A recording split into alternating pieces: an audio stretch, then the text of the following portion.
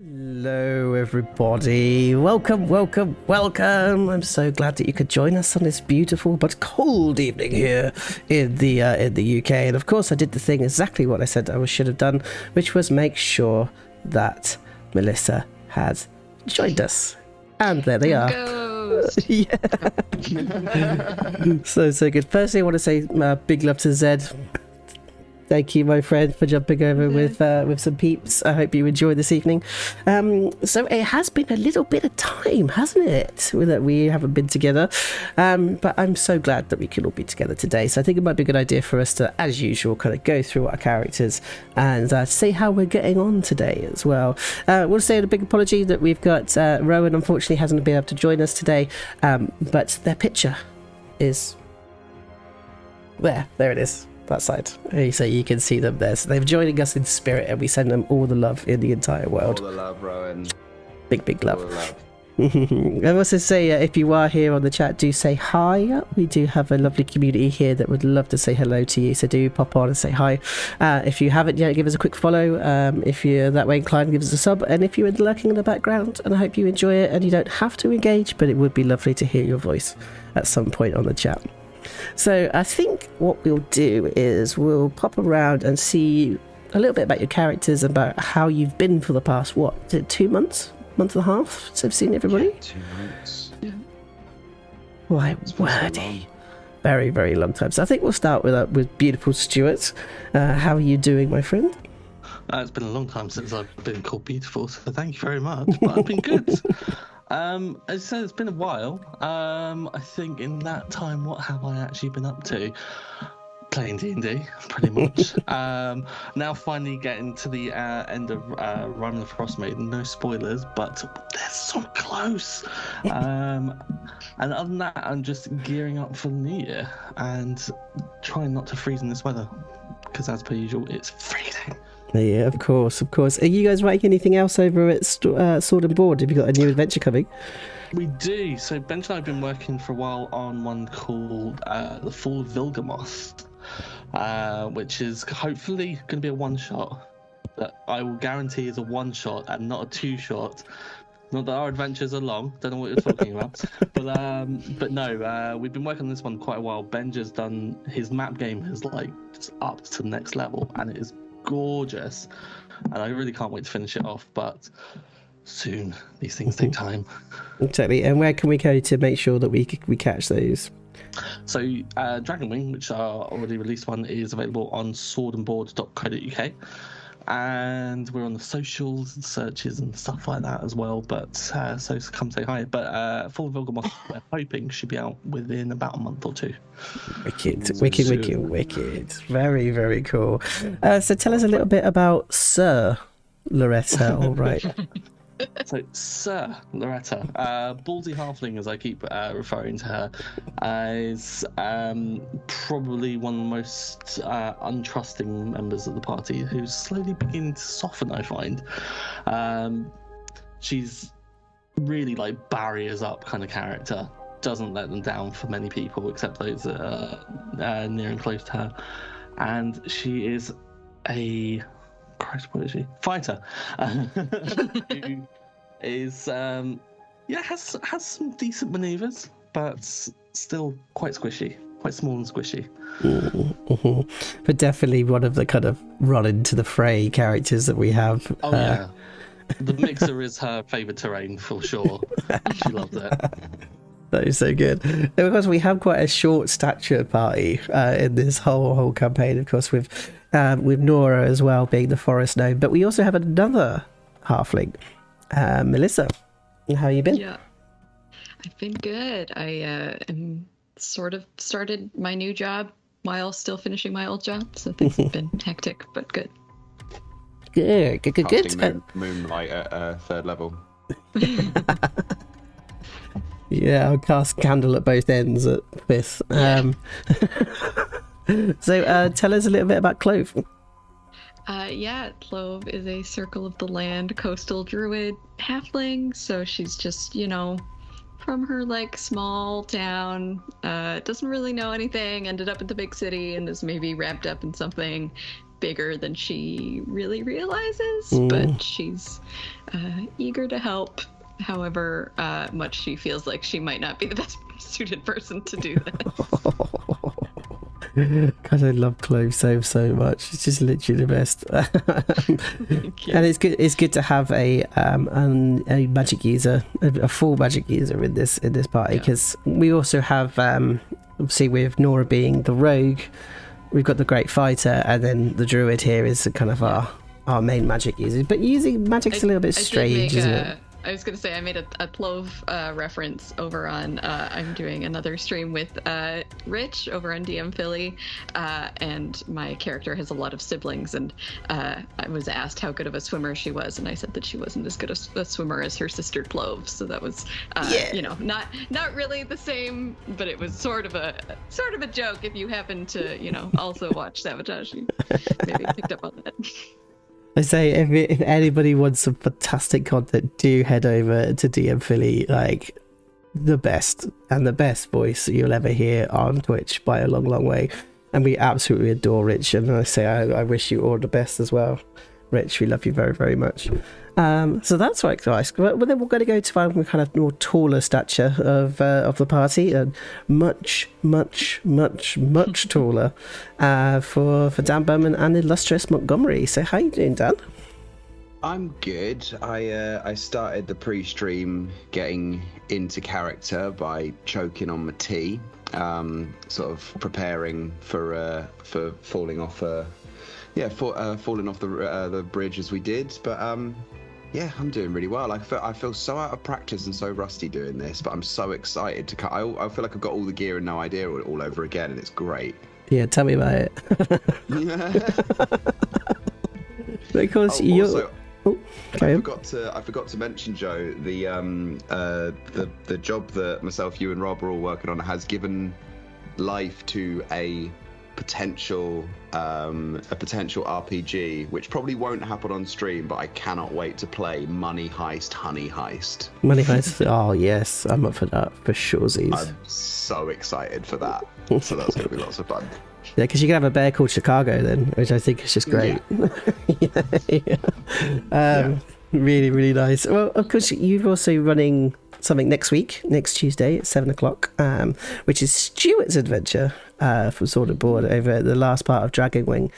So make sure that you do join us next Tuesday, the 7th at 7, and join us for the last part of that. I can't wait to remember like what Granny Grimm's voice is like. I can't remember. She was great.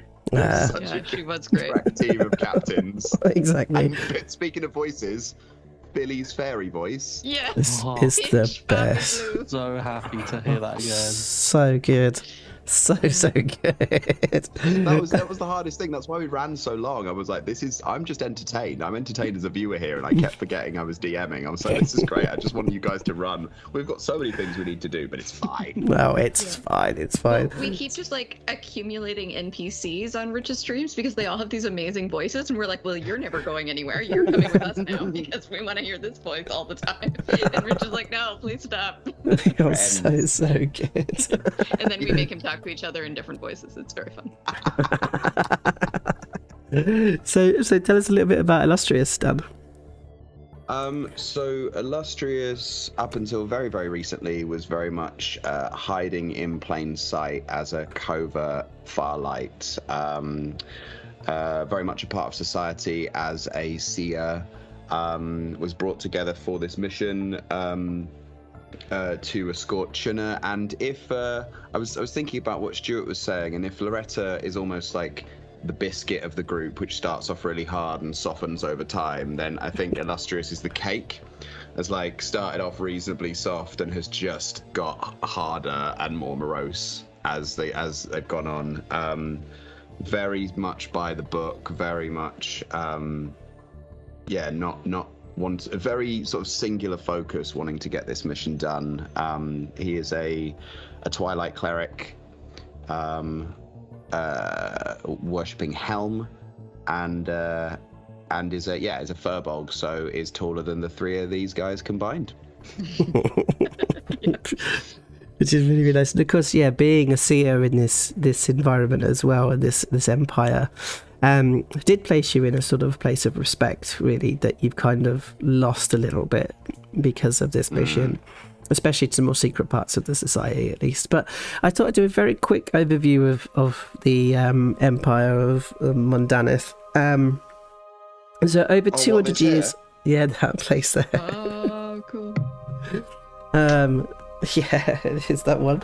So, so over 200 years ago, the last kind of magic ruler, King Polaar, also known as King Polaar the Enslaver, used their enchantment magic to exert total control over their subjects, using them for his own wealth, prosperity, and entertainment. The people rose up and led by a general called General Tukle, a decorated general of Mundanith Army, and a mage called Dani. This team led the charge to overthrow the king and end the reign of terror. The people celebrate their freedom, but General Tukle had other plans. He seized the throne and betrayed Dani and the mage, proclaiming all that the Arcane Magic was to blame for the rise of Polaar, and began a campaign to rid the land of magic forever. With the help of the population, his most trusted guards, known as the Black Bottle, and some of the more powerful temples throughout the empire, the Arcane Users, also known as Enchanters, were rounded up, executed, or were forced into hiding. The surviving members of the Dani personal guard, known as the Firelights, recognised their defeat and began to work in secret to hide those Arcane Users and undermine the empire in hope that all peoples will be able to be free again inside the kingdom. This secret order hides in plain sight throughout all levels of society, using the symbol of an extinguished candle to mark the place of safety and of hiding houses. The Mundanith Empire is little more than a large kingdom, but with the use of this word empire instills a pride and a sense of power, not only for the government, but the people who actively help root out enchanters and continue the spread of propaganda and fear within their own communities. The empire has, for the last 200 years, been able to celebrate a time of prosperity. The people are happy, the economy is strong, and recently the Black Bottle has been focusing attention on children born with the innate powers of the arcane. And we know that a certain child called Chuna has been discovered, who essentially, upon the guards entering their household, their family household, exploded and took out half of a neighbourhood in the city of Danith. My apologies.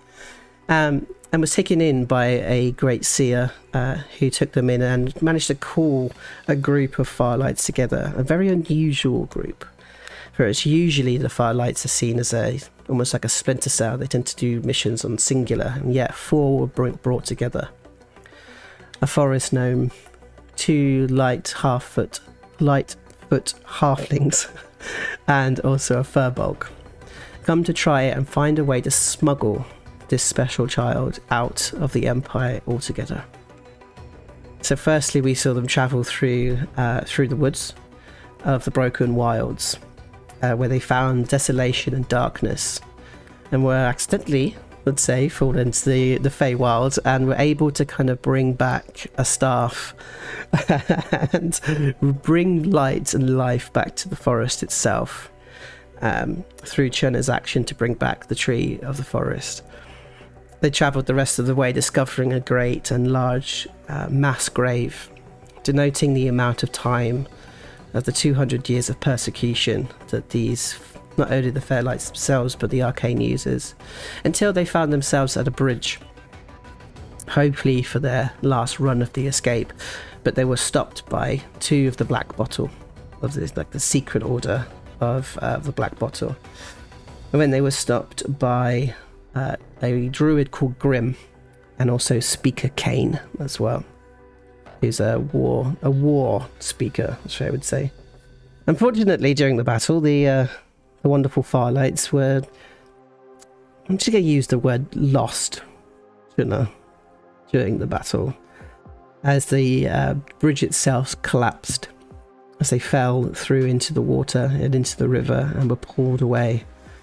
And as they looked up, all they could see was Chuna being taken by the druid Grim as they fell into the water itself. That's kind of where we've got to so far.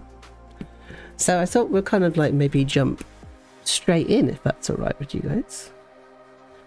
Yes, all right. Let's jump in and play some D&D. Straight in. Full straight in, exactly.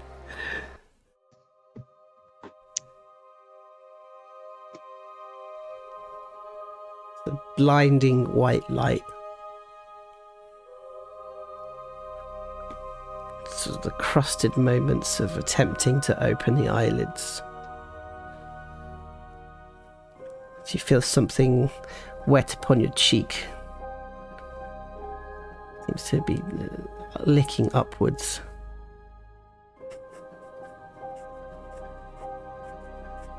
As Clove sort of crustily opens their eyes to see a snout of a badger licking the water off their face. As it sort of startles and runs into the bush. Then instantly she sits up and coughs. As this water just pours out of their mouth. So they look down at their soaked, sodden clothes and seeing only two others of their party. Illustrious in his heavy armour, face down upon the sand.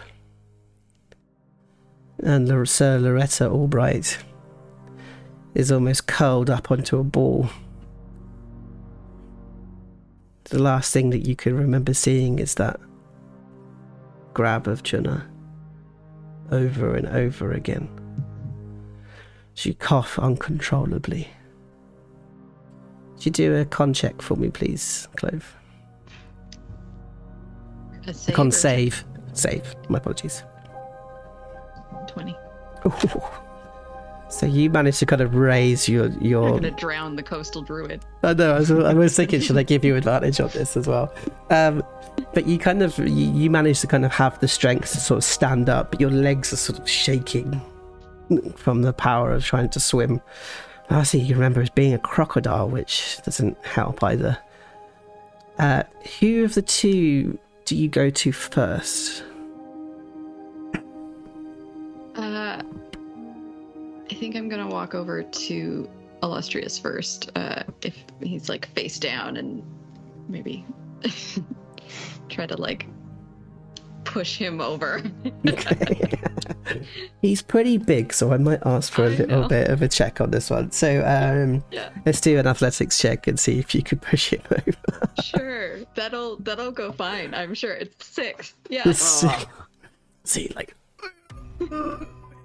It's just his shoulder kind of clunk as the heavy armour slams back into the sand again. And just as his sort of arm clunks down, you just hear this like dust of sand kind of spray up and then land straight back on his face again. As his eyes begin to creep open slightly. As he kind of turns to look up at you. Dan, can I get Illustrious, can I get a con saving throw as well? Ooh, 7. Take a level of exhaustion, unfortunately, my friend. Son of a... As you kind of turn and crustily turn onto your back, looking up at Clove. Clove sort of almost seems like almost just like a shape to you.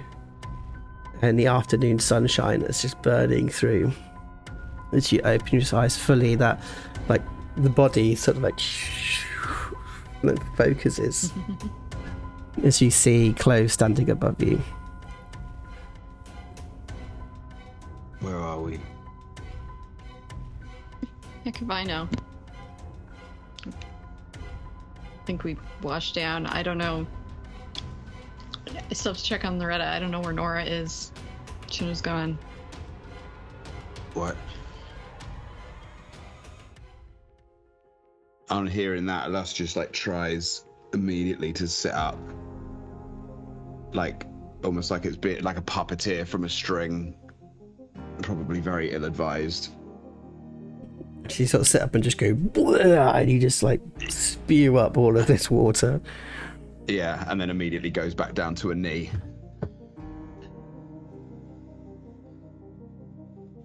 Where did he go? They took him. We got... The bridge collapsed. We fell in and they took him. I don't know where he is. Oh, goddamn. Shit. Yep. I think as you say that, your arm goes shit and you slam your hand into the sand. Just like, boom. You struggle to kind of get up as you mumble those words, we've got to move. It's almost to himself, it's almost willing himself to get up, just like, gotta go, gotta move, get on your feet. Nothing. So you sort of, do you fall back down again and sort of sit back down? It's a real, real sad sight. Of just like someone who is trying their hardest to get to their feet and their body's just not letting them. I think Clove is that, and you watch this giant sort of struggling. It's almost an image in itself of your situation. Of no matter how much you will yourself to succeed, you've lost everything now. And then you remember that Loretta's still over there. Yeah. Just wait here. Don't hurt yourself. Go over and kind of poke Loretta a little bit, because she's still a little bit scary, but she's less scary now than she used to be. So. It's sort of like a small noise, and she's like, "Okay, with your quarterstaff." Yeah. Just, you okay? Where? Come to you just to stop staring around. And you've got this bit of sea pond, like pond stew or something, some sort of plant sort of draped across you. Just kind of just try and wipe everything off, get clear eyes, and just kind of stare around. You do a con save for me, please, Loretta. 13. 13, yeah, that's enough. And just sit up and then roll over and then get onto knees and then elbows. Oh. We fucked up. Yep. Real bad. No. Wait, there's only 3 of us. Yeah. Nora was moving too fast. I couldn't grab her. I don't know. I don't know what happened. Are you okay? Fine. Compared to... I don't know. Fine. You okay? You hear something in that fine, Loretta, that you think they're covering, but you understand why. Okay. How's the big guy? Not good. Okay. We need to regroup. We need to just take a moment.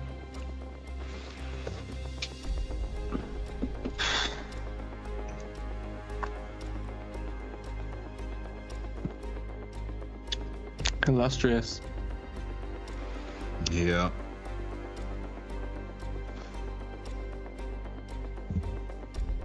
We just had bad luck.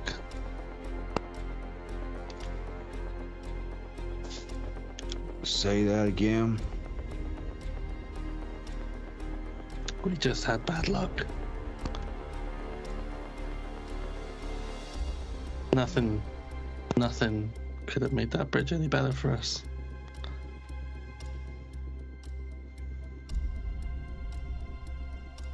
Who's to say they'd have even been there if we'd have got to move on?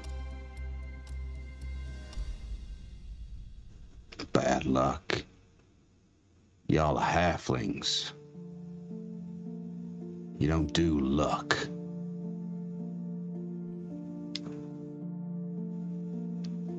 This was our fault.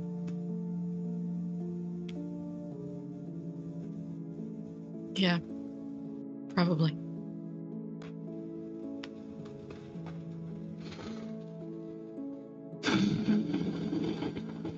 Where are they taking them?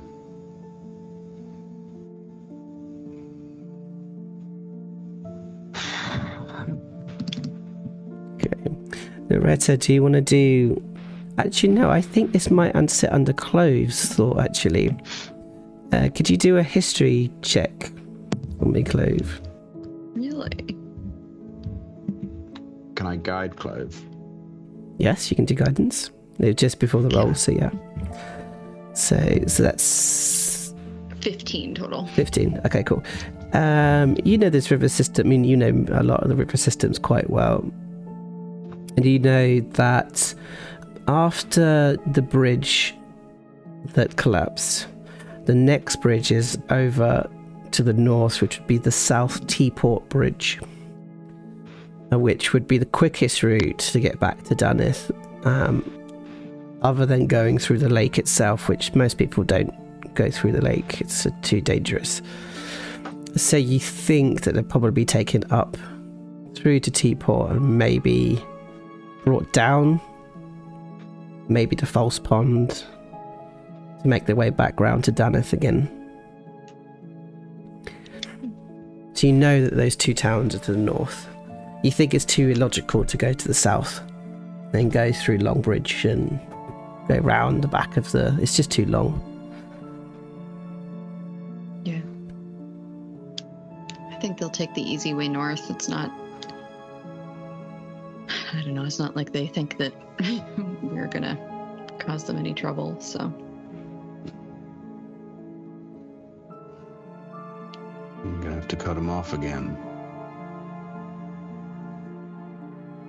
Yeah. I think if they get him back to that city, we'll probably never see him again.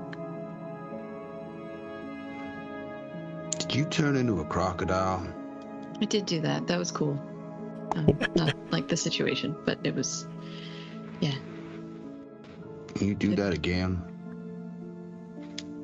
Yeah, I could actually. I don't know if, yeah, I don't know what that does for you, but yeah. I'm more thinking if you could turn into something that could get us there by air. Oh, I can't do that. That would be really cool. But I can't do the flying thing. It's something about it's too hard. I haven't figured it out yet. So you kind of swing around and you see Loretta is already stood like with a stick on the sand. And it's kind of like placing rocks and drawing the river, and kind of looking around their surroundings. Because I think it's Clove has got the map, if I remember rightly. Mm-hmm. And I think Loretta, you're trying to figure out whereabouts you are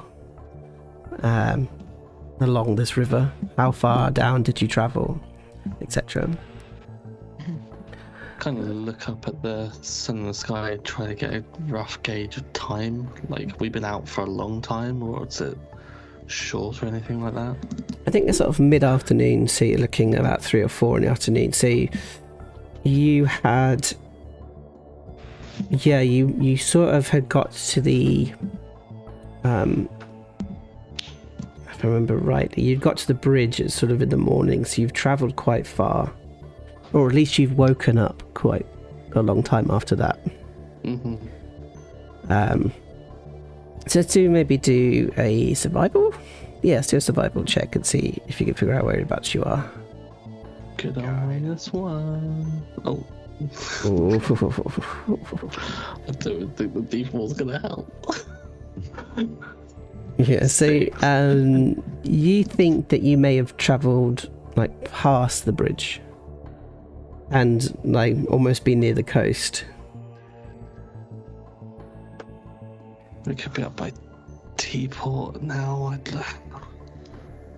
What have we been out for ages, guys?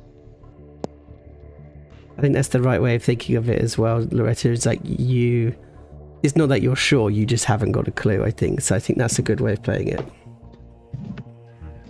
Say we haven't passed both bridges.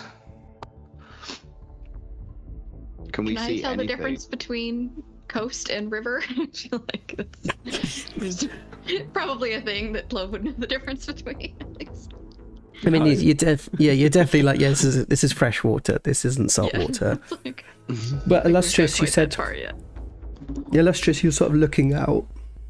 Yeah, can we see anything that's any sort of landmarks? Anything? Are we just out in open plain? Do we even know which side of the river we're on? Like, okay, let's do a perception from you to start with.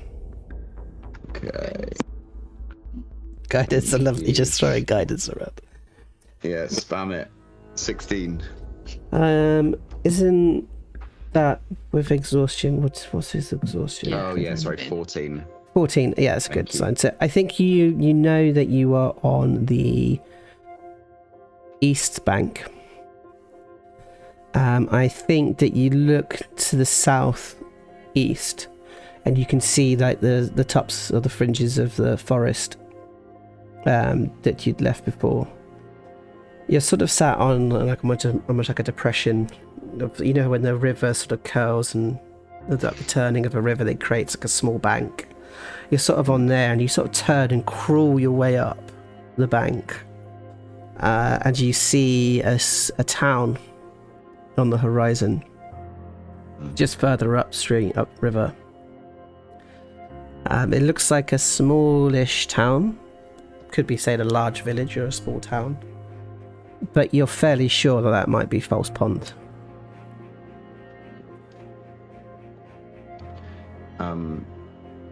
Illustrious has pulled his warhammer out and is using like the heavy side, the head side, as a weight to almost like crawl up to get up to a vertical base. Just turns and says, "There's a town up there. It's a good place to start."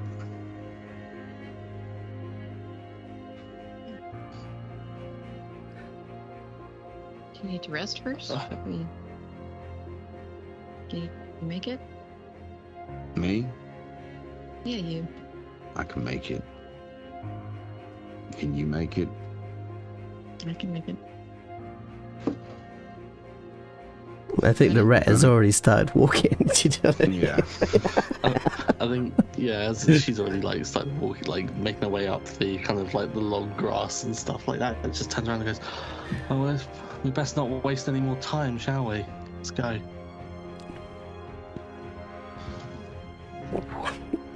As we sort of let the camera sort of sweeps back behind Clove and Illustrious, as you see Loretta sort of climb to the top of the bank, as you all decide to kind of go up and start walking across the plain, you actually find yourself back onto the road slightly.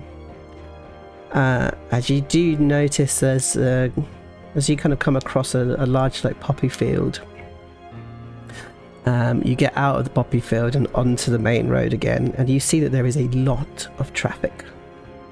A lot of traffic. There seems to be merchants, there seems to be families, there's people walking, and they're all kind of jovially walking towards False Pond. You see that some of the kids have got like it's almost like blue dye across their faces, and they're sort of skipping and laughing. I think Clove and Lorette, actually the three of you overhear a child sort of like laughing with his father. It's just like, it's like, "I can't wait for the festival." It's like, no, not every time we go to False Pond there's a festival. So I know, but there's definitely a festival today. It's like, "Oh, well, aren't you a smart chap? Well, here," and he kind of hands him a copper coin. It's like, "Make sure you get yourself a sweetie while you're there." "Okay, Papa." And he sort of runs off. And you can see now that there seems to be a lot of this kind of jovial feel as we see the three of you join the caravan of people. And there's this huge amount of joy and hope around you, and yet there is this dark cloud that sits within the three of you.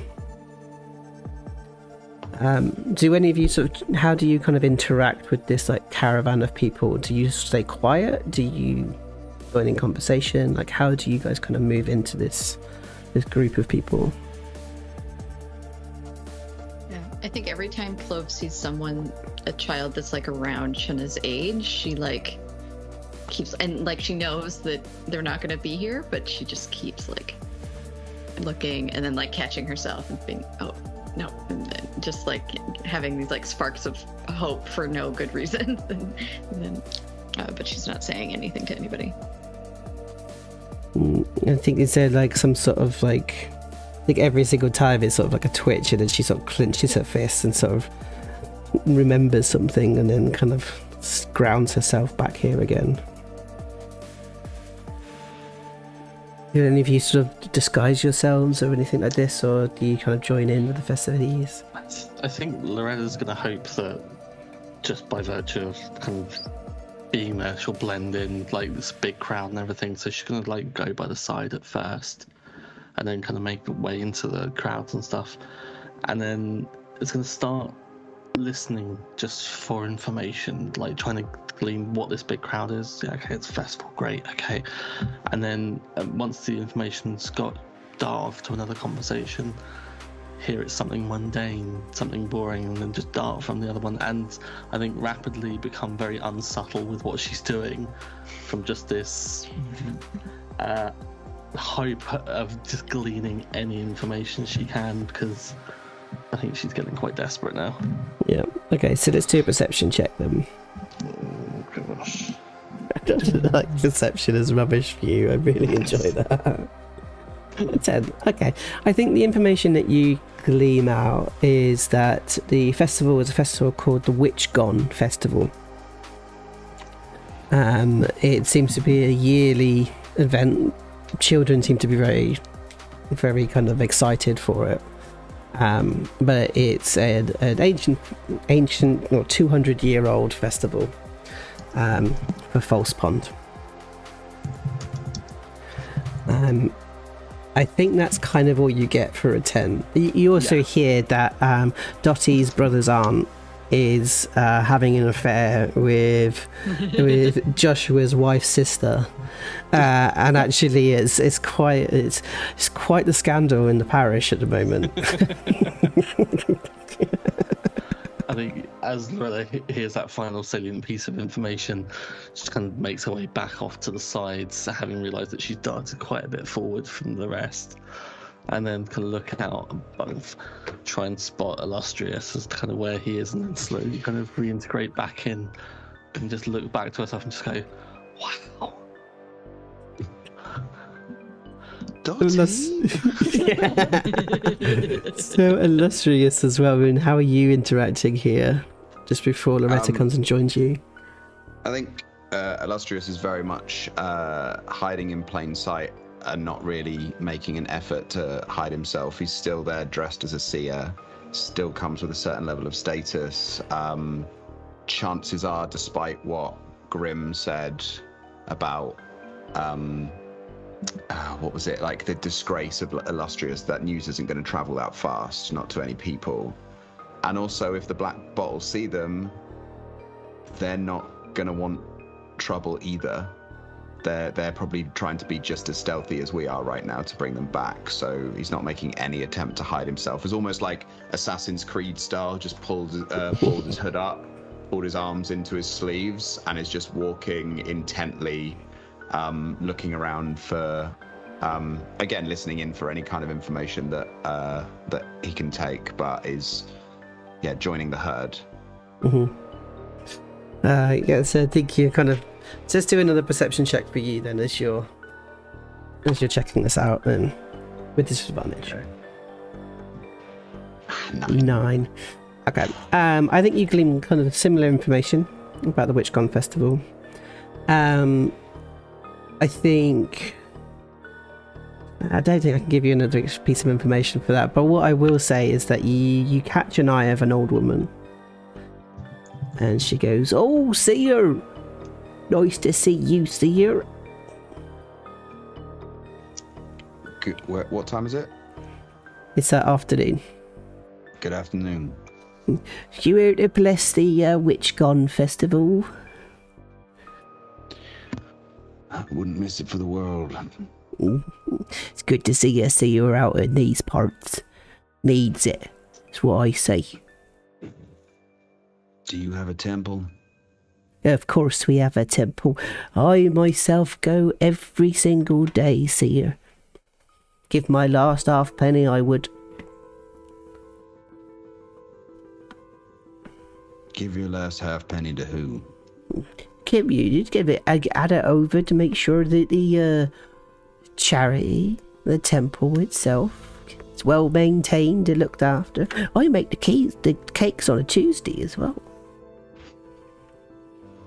You're a fine citizen. Try to be. Where would one go to bless the Witch Gone Festival? Oh, there will always be in the market squares where the Witch Gone starts, isn't it? You will forgive me, but I'm unfamiliar with this custom. Oh. It's where we burn the witch for the first day.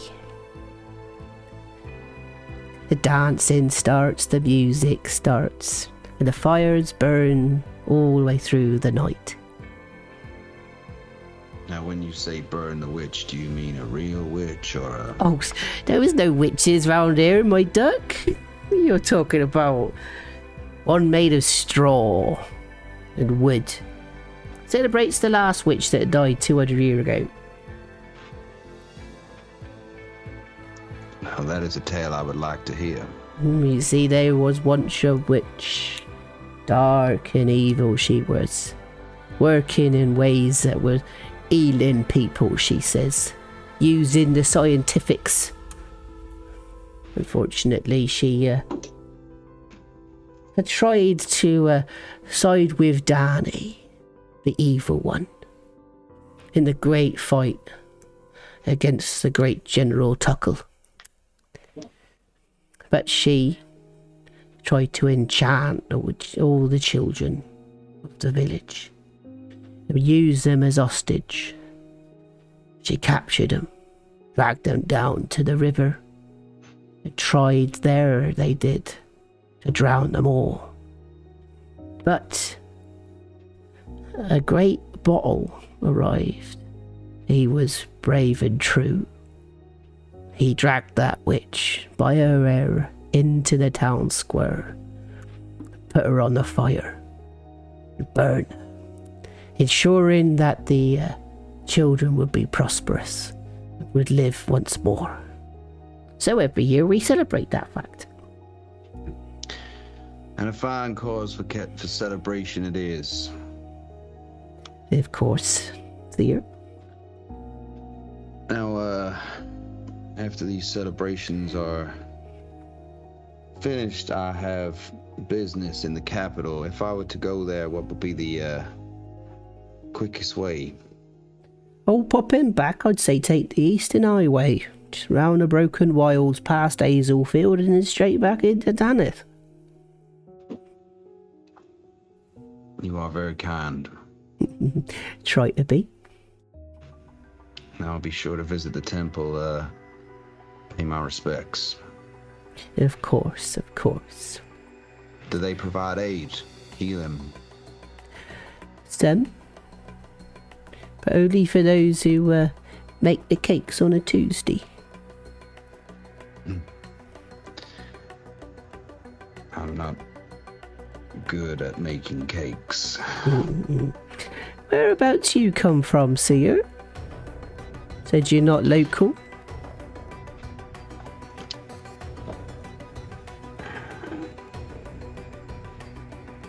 I tend to travel from place to place, but I spend most of my time in Danith. I see. City boy. I am a healer for the bottle. Oh, really? See, I've got this dodgy here. And she sort of like points over towards him, and she sees that she's sort of like hobbling a little bit. And now she seems to be playing up the hobble, and she sort of takes hold of your big arm to sort of stabilize herself. And she sort of sees, she looks around, and you see that there's another woman, I'd say she's about middle-aged, sort of grey hair, who looks over, who's very, very upset that this lady has suddenly got the arm of a new seer. Well, that is something we shall definitely have to see to. I've heard you seers have got wonderful hands. You are not wrong. What was your name, seer? My name is Montgomery. Mr. Montgomery. Beautiful name. She sort of like waddles alongside you for a little while. So Yeah. what's brought you over here to False Pond rather than the festival that you knew nothing about? I was split off from my detail. I'm afraid that they do not have a healer in their midst and may be in danger. I see. Well, maybe you want to pop off to the bottle house then when you get there. Maybe your comrades would have seen you there. Where is the bottle house? You don't know? I And do her not. her hand sort of slips away from your arm slightly. I thought all the bottles knew where the bottle houses were. They like to keep the healers separate. Keep us protected from danger. Oh, I see. Yeah, just off Carpentry Street you'll find the bottle house. I thank you for that. And he holds out his hand once more, just to take her hand and see if she accepts. And she just nods. And kind of wanders. I'm sorry, Mr. Montgomery, seer. I must pop back. Wouldn't want people thinking we're together or nothing. The scandal. What is your name? They call me B. Short for Beatrice. Nice to meet you, Beatrice. And you, Mr. Montgomery? I would Hopefully not want to cause a scandal. Of Seems to be enough of course that in this town. I'll see you at the festival. You do know that 11 o'clock. I do get a bit crazy on the gin. Maybe we can have a dance or something. I will see you there. And she sort of wanders off. Oh, Mary! And she sort of like wanders off. She sees somebody she knows in the crowd. And then you see, almost as if when she disappears, you turn and you see that Clover's next to you, who's just watched all of this. And you see Loretta sort of come through the crowd. I don't care what happens, I want to see Illustrious do a performance check at some point today. Hell yeah. I exhausted performance check. Yeah. What? Making friends? Gain an intel. Yeah. What? I don't know. You're always so serious. It's just poking. No. This is Loretta sort of like comes like screaming through the crowd. This place is full of bottle sympathizers, and they're gonna burn a witch. This isn't good. What have you found? Well, I found the place where the bottle are likely to be. Place where we don't want to be, or we do? Well, the way I see it is, do you think they might have stopped here? Or do you think they're going to pass all the way through? It's a hell of a travel. It is last stopping point, unless you tail off to Hazelfield, but no one wants to go there. I'd pick up supplies if I were them. Chance they haven't got here yet, right? They have to go all the way around, and we took the short way. I guess, yeah.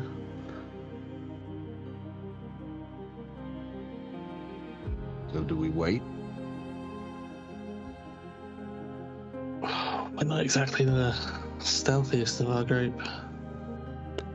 We're kind of lacking in that department at the moment. But we could give it a go. I can help with that a little bit. I guess. Able to blend in a little bit more.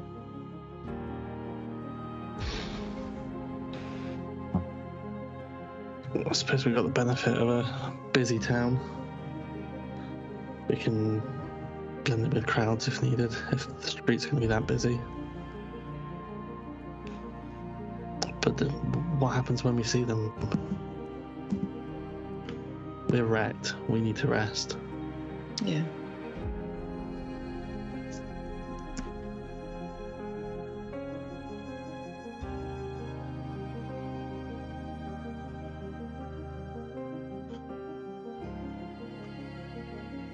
What if we just try to find somewhere to sit down for a bit?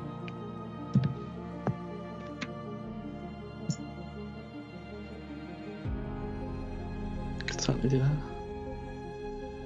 You see, like, the village or the town sort of starting to come a little closer over the crest of a hill. But you see that it is almost like you can see another smaller road that's to the north, and there's another stream of people kind of coming into town. It seems to be a moment of, like, great gathering of forces of people for this festival. And you think that maybe you'd have trouble finding, like, an official place to sleep, probably. But you certainly could find a little inn somewhere to sit down and relax for an hour or so. Just the perfect amount of time. As you start coming into town, the first thing that you notice as you come in is there is these, like, straw effigies that have been kind of made along the road. And as soon as you sort of hit that crossing into the town, like the first house, you can hear the kind of the music and the cheers sort of around, as this sort of this man sort of runs past, and he's dressed as a witch, and others sort of like throwing stones at him, and he's laughing and he falls, and everyone laughs at him, and then he's like stands up and he bows as people start throwing coin and stuff at him, and he's just like, "Thank you very much, thank you," and he runs off to go for another performance. You see that these streets and the markets are full of people. There's this great candy store, and it's like all the children are sort of like lined up to try and get themselves some of this, like, sweets and like boiled sugars and these sort of crystallized fruits, as they're all there holding on to their pennies that they've obviously picked up from their parents as they're trying to get hold of stuff. As you come round through the market, you then suddenly see the market square and the size of the pyre or the bonfire that has been put together. And on top is this huge piece, like, log that sort of stands high, and there's like a small walkway that leads up to the stick. There's so much noise going on. There's so many bits of people sort of selling, small witches, or they're selling sort of buttons, and the buttons have like a little image of a knight that seems to be worn for protection, that everybody seems to be wearing around. But there's a lot of very jovial atmosphere around, and I think, Illustrious, that's when you see the building of the bottle house. The bottle house. I did call it the bottle house, didn't I? Yes. Okay, the bottle house. Sort of across the square. As well as you do, Joe. So okay, perfect. Yep. Cannon. Okay, so and you see this very large building. It looks like a hall made of stone. But it seems as if like the windows go up, but they don't seem to be. You can't see through that. There's another floor or anything. It just seems to be like a very large open hallway. One of the best buildings, other than the temple. It's one of the best kept buildings in the town for sure. How many entrances does it appear to have? When you let your cursory walk past, one. The front door.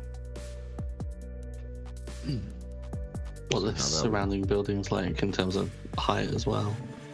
There's the buildings next to it are all sort of single or double layer wooden mud brick. But there seems to be there's no buildings that are connected to this house. It is separated on all sides. You do notice that there's 4 people that seem to be loitering with intent outside on the steps of this building. And you said there are possibly some inns nearby. At a quick glance, do you reckon there's somewhere we can sit that has a direct line of sight to that front door? Well, the market square's got hundreds of them. So you've got the... I've got to think about some pub names now. My head's going to go weird. You've got the Moran of Glen, which is like, it looks like a moray sort of on the side. You know what? We asked the chat as well. You've got the Furry Goat, which looks as if it's quite a rough pub. You've got a pub that is it's actually called the Burning Witch, which sits closest to the pyre. It's sort of the best views, really. And they're not going to come by the time I finish this. You've got the Crab Snapper, which looks as if there's actually just the stinks of shellfish. Absolutely reeks of shellfish. I think, Clove, you really enjoyed this place. It looks great. Yeah. We're going with that one, right? And finally, you just have a bar that's called the General. All of them are very busy. And it seems as if the kids have just been let off to go get sweets, and then the parents have gone to pick up booze for the day. There's also lots of outside stalls that are doing alcohol, and just sort of people selling bottles or tipples of gin and things like this around as well.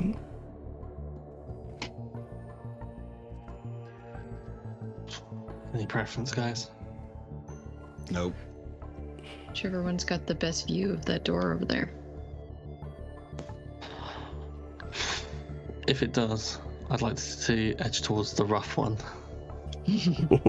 Furry Goat. The Furry Goat.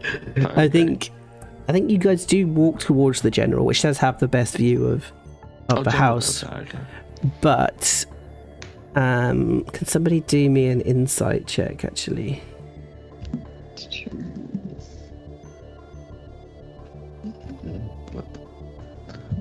You got this. Oh. Great. You go straight into the General. General is the least busiest. It seems to be, as you kind of go in, it's sort of a little bit more morose, but there's a few people at the bar that are very loud.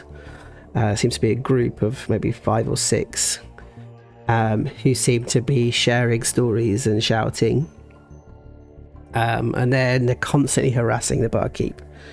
They're just like, it's like, tell, another one. Yeah, tell, 2 more, tell. And he's just like, oi. Calm fuck down. Fucking. He's just sort of like trying to, and he's literally, it's almost as if the tap is just left on. And he's just like constantly just putting glasses in and handing it to this group. You do notice that as you go in, Loretta, you see behind the bar is a sat almost on its own pedestal, like its own shelf, is a misty, smoky black bottle.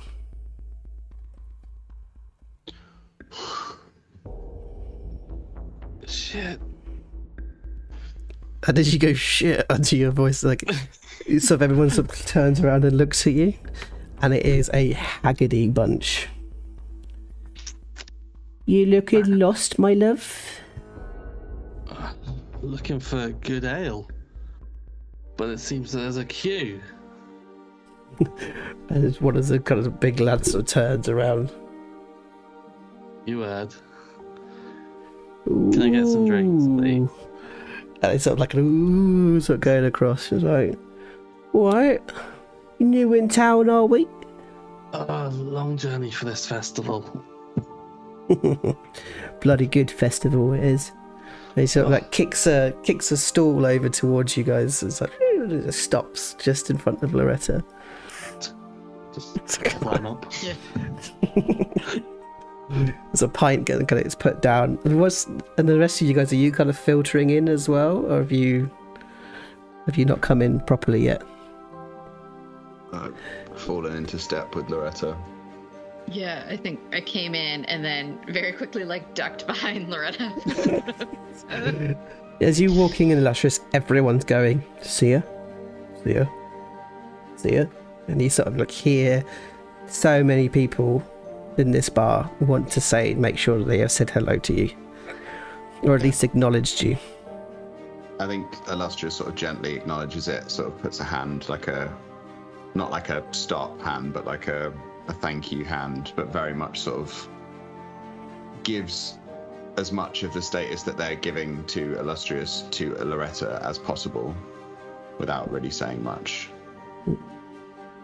There's this kind of pint gets put down in front of you, Loretta. Is somebody? Yeah, this is the barman. Drink as much as possible in one go to sort of show a small act of dominance. Yeah. As you kind of like put the drink down, you realise that Tao is standing in front of you, the barman. Sorry, how much? The darkest night, the thickest ale, the sharpest sword.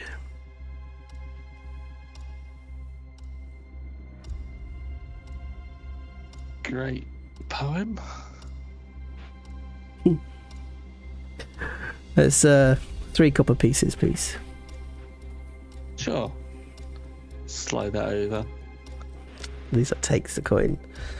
As you kind of you side eye across to look, and you see that there is one of the lads is just sort of curiously looks over and then looks back.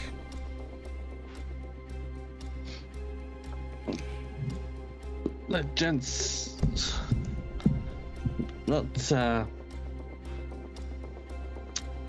dense. Should we be leaving? Why would you want to leave? Getting some dodgy looks here. Oh, no. You're just new in town. Lots of new people today. Please, have a seat, sit down, enjoy yourself. Alright, sure. Sit and get comfy and just kind of look around and start taking note of how many people are around us right now. I think you've got between sort of 18 and 22 sort of people, all of them looking as dodgy as the next. You do notice things like the scuffs on knuckles. Actually, let's do a perception check, actually, because I know you're Sure. now looking, and I'm giving you loads of free stuff because this is what Joe does on this show. Oh wow! That's a 0. You're looking around at an absolute 0. I don't think I've seen an absolute 0. Actually, looking around. That pint's really got to me. You are a You're halfling. You can re-roll it. Go. Oh my god, yeah. Reroll. Oh, I'm a halfling too. You could have done an insight. Insight. That's halfling ever. Hang on. Okay, so as you're looking around, you suddenly lock eyes with somebody. As you see this great oaf of an orc, and he's just like, "What are you looking at?" Nothing, sir. Just having a gaze, see who's around. Sounds like he's calling you nothing, Jack. Nothing? You calling me nothing? No, that's the absolute misrepresentation of what I was saying. Who the fuck are you? Like this chair, like this huge Hulk sort of stands over you, and he kind of walks over to you. My name's Jack. Hello, Jack. Pleasure to meet you. New in town. He starts growling, and suddenly you just hear this voice. Jackie. So it looks up. Calm yourself. Yeah, Jackie, calm yourself. It's like, Jackie. It's like he goes and sits back down. So you see, as you turn, you see this very well-dressed, I'm going to say triangle. Imagine like Gaston. Huge triangle, but extremely well-dressed. Who's sitting at the edge of the bar. And he just sort of raises a glass to you. My apologies for my men. Perfectly fine. Don't suppose we've had the pleasure. My name's Loretta. My name, sorry, I have written this one down actually. And now I can't find my notes. Oh, no. There it is, great. It says, my name is Kel. Cal. Kel. Pleasure to meet you. You in town for the festival, or are you from... No, I'm stationed here. I'm stationed here. Stationed? Yes. Man of importance? And sort of his hands sort of come together, and you notice, like, given your 7, you notice like the cuts and the scuffles on his knuckles, and you can see that he is very well dressed, but he also seems to have some sort of markings on the shirt that he's wearing, like gold pips on the shirt itself. I work in security. Oh. Security. What does that mean, citizen? Well, like, you know, the bottle. Your friends, see her. And, a smell. You're here for the festival, I presume. From small town, so like we don't really get to see anything massive like this. Very rarely get to see a fully fledged bottle. Of course, I'm sorry, I can't seem to put the job down. Do you have your papers on you at all? Or each hand's pockets. All of you. Just, I can't help myself. I don't seem to have mine. I see. It's pickpocketing a thing? I think I've been robbed. Do you want to do a deception check on that? Yeah. What am I doing? 14. Oh. Yeah, so he rolls an 8.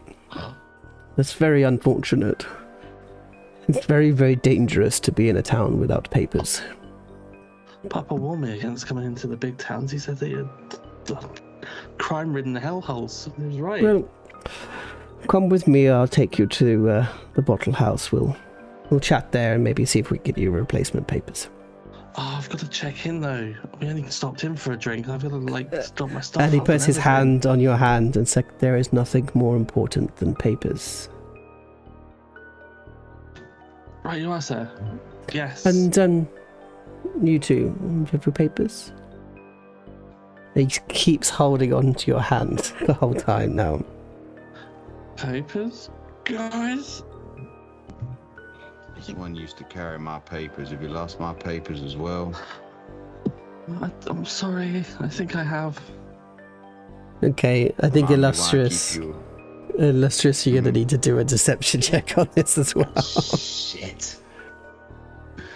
Is there any way I can guidance? We got 11 to beat on this. That's not gonna do it. See ya. Bureaucracy and papers are very, very important to the church.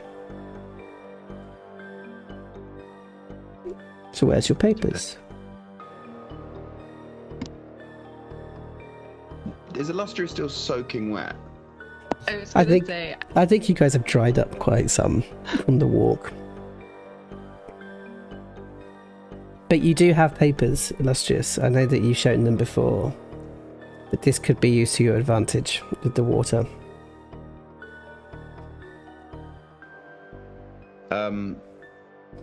If I reach out and grab my papers, what do they look like? Crumpled, soaking wet, and illegible. Is this important to you? Oh, dearie me. Did it fall into water by any chance? He hands back this piece of paper. I can tell you can work in security with a brain like that. Whole bar goes quiet. Well, I suppose the two of you are going to need to come to the house. Actually, Thea, you may be able to go to the temple. I can sort you out with new papers. And you? I think this is when Clove like turns out her pockets and like a frog jumps out. Oh boy. I think they got washed away. It is important that you get new papers. Maybe the clerk's office can sort you out. So you, and he sort of grabs hold of Loretta's arm. He was holding Loretta's arm. Let's go get you some new papers, shall we? Sure. So you see them kind of walking off out of the bar, leaving Illustrious and Clove in the bar, surrounded by bottle. As you sit. About an hour goes by. And Loretta returns. And comes and sits next to you. Bear with me. Actually, now's a good time. As Loretta comes down and sort of sits back next to you, and sort of picks up the last dregs of the beer that you had from before. And you take a swig. And you put down your new papers in front of you. As you sit quietly and finish your pint. So let's have a little break there, because I need to do some chats with Stuart in the break. And we shall be back in about 5 or 10 minutes time. Is that okay? Oh, I'm excited. Amazing. Amazing. Ooh. All right, and I'll see you guys in a bit. Okay. Bye. Bye.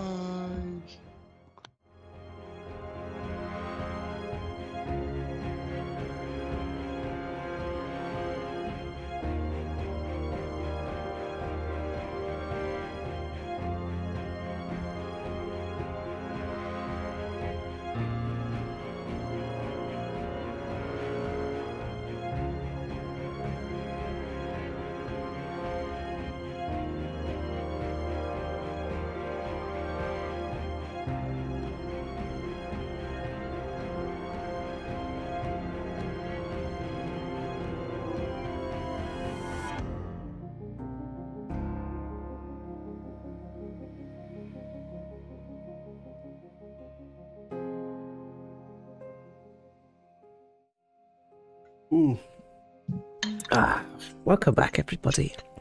I hope you had a good time. I hope your kettle's boiled correctly and your tea bags disperse that tea just right in the water, ready for the second part of this wonderful, wonderful adventure.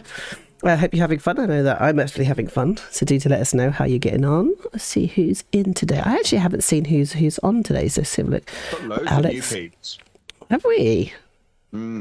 That's a combination of Melissa the influencer and Zed throwing us the raid. Well, it definitely looks like Alex is being naughty. Alex, constantly being naughty.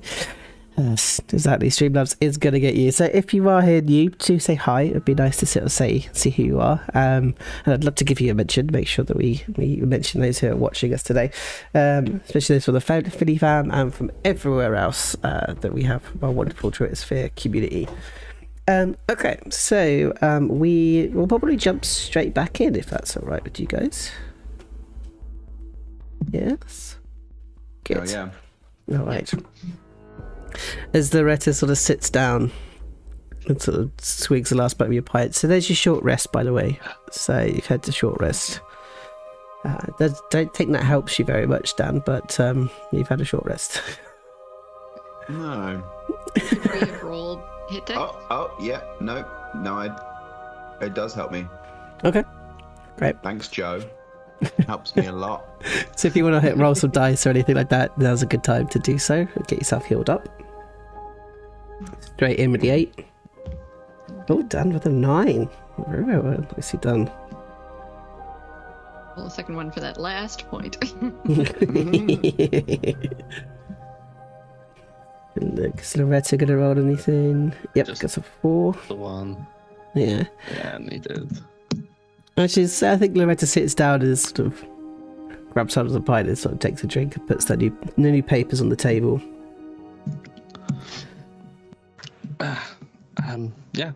New papers, guys. Thanks for sticking around, even though we met like just an hour ago. It'd be cool to maybe take a drink elsewhere, maybe. Elsewhere. Yeah, I hear the Crab Snapper has some excellent dinner options. I've decided you're nodding away here, I think, at this moment. Yeah, so the chair's sort of like scraped back. As you kind of all stand up, and you just, as you're leaving, you feel all of the eyes on you as you kind of leave.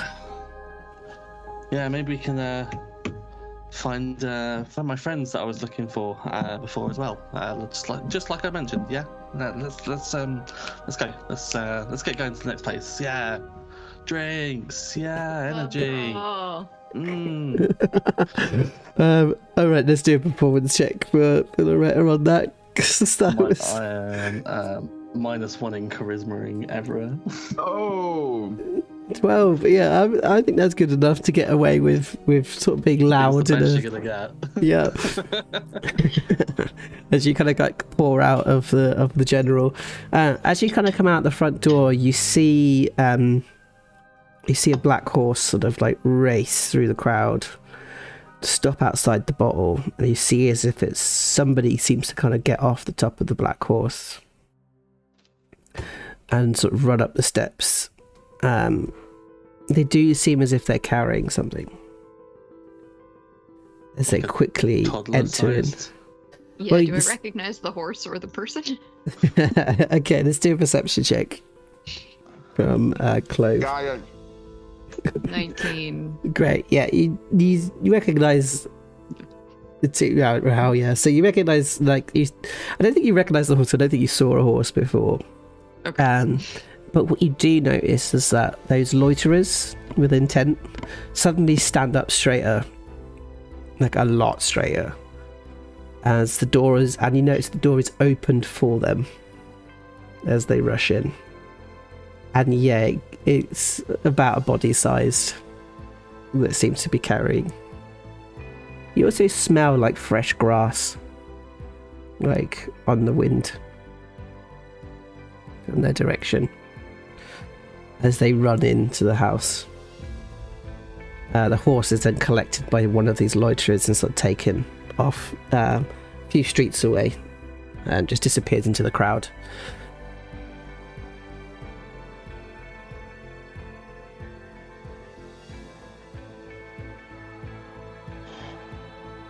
think her friend may have showed up. But what happened to you? We need to find somewhere, someone new to drink. Someone new to drink. We need to find somewhere quick. Why are you acting like a jackass? Can you be cool for like 2 seconds? Let's go to the Crab Shack or whatever it was. It's Crab Shack. I'll explain everything there. And so you start following your nose towards the Crab Shack. And literally, as the door opens, it's like blaring music, and all you can hear is the sound of cracking. It's like there's like bits of seafood sort of flying around everywhere as you kind of get in. The whole floor is covered in crabs and seafood and like bits of mussels and like clam shells and everything else. And behind, what could be described as the serving hatch. Is this sweaty looking dwarf. He's got a cigar hanging out of his mouth while he's like cooking stuff. Like this. He's like, take a seat and I'll get to you in a bit. And he's sort of like, the place is rammed full. But you manage to kind of find a small 3-seater in the corner as you kind of like squeeze in. The table is covered in butter and like crabs and all sorts of crab. It's clear that there's no way that this is going to be cleaned in front of you at all, as you sort of like scrape it away. Almost imagine illustrious just with his arm just like just clear the table and sit down. Yeah. And you all take a seat, and Loretta is like still visibly acting odd. I'm looking around just to see whether or not anyone from that bar before has followed us, or if anyone seems to be actively looking towards us as well. So would that be a perception or an insight? Could do both. Let's do both. Let's do perception first, maybe. Oh, insight. Okay, that's a great roll. But I'm you're a lucky. halfling. Yes. Not that lucky. So good. Dice wants what it wants. So somebody else has came in just like a couple of maybe 20 seconds after you guys, and you're convinced he's shifty. I'm just watching them with a beady eye, but then turning away and then turning back and then turning away and turning back. And then the guy goes over to another group, and it seems as if like it's a family, and he goes and he picks up a child and he swings him around and sits him back down, and the kid's looking up at him, and he kind of puts his hand in his pocket and he pulls out a little jar, and he pulls out his fingers have got like blue ink on it, and he puts it across the kid's face, and they sort of giggle as he goes and sits down with his family. Sly ones. Deep undercover. Okay, so I've messed things up again. They obviously know who I am, and I've got to hand you in, but they don't know who you are. And I think I don't know how good I am at lying. Maybe they think that maybe we did just meet an hour ago. Maybe they do think that I need to go and collect my real friends. I don't know. But I screwed up.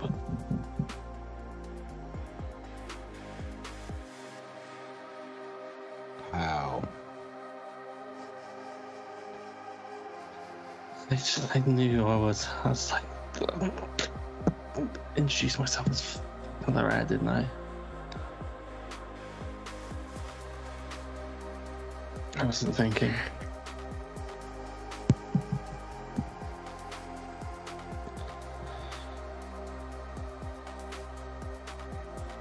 And now you gotta do what exactly?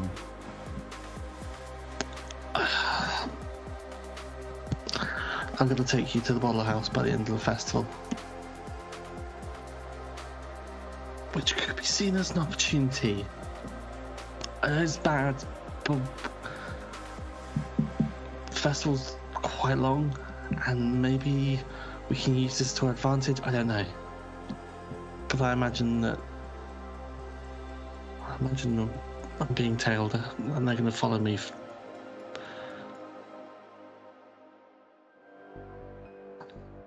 So do we need to decide it quick, and I need to get away from you guys?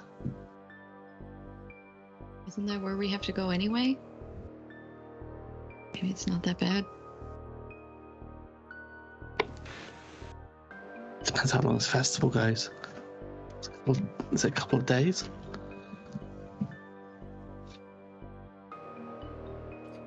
I think, Illustrious, you remember the old woman talking about the fire burning all night.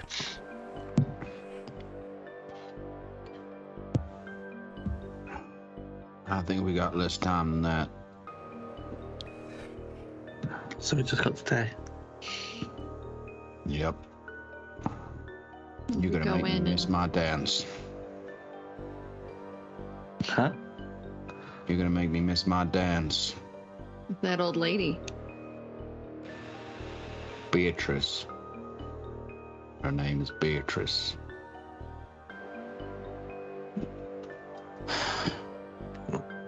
Stupid. So What happens if you don't? Sorry, Clove, you were saying? No, I was just gonna, say something snarky about time for dances, but not time for bears. It's fine.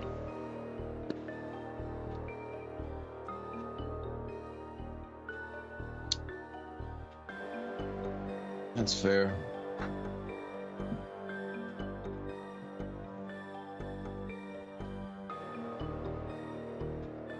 What did they say to you if you didn't do what they asked?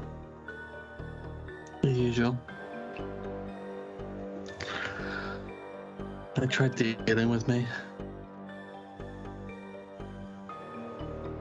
I leveraged the guy I knew, and supposedly they still have him in custody. They'd be freed. I don't know how they knew that. They know so much. Can I insight check Loretta? Yep. So, Stuart, you're going to say if this is enough or not. Okay. 15. I certainly think that would be. I think Loretta's pretty much wearing a heart on her sleeve at the moment. And is just feeling foolish. And is doing the whole, I'll fall my sword and just articulate everything just to get it out there. Oh, so it's all honest? It's all honest.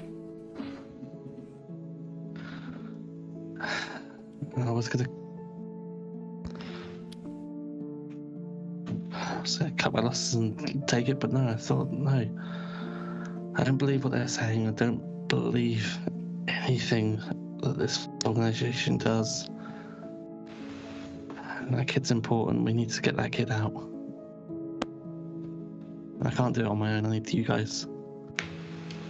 So against my best judgment, I'm telling you all this. But we need a win. Oh, welcome to Crab Shack. Can I get your order, please? Like I say, I very much say that the dressed lobster is particularly good today. Of course, also the clam chowder is something that a lot of people enjoy. Or, of course, you can have the which is my witchy wish to you. It is always a favourite during the festival. I'm coming it up. Do you need a couple more minutes, maybe? Can we get chowders all around, please? Of course. And ale? No. Why not? Just the water.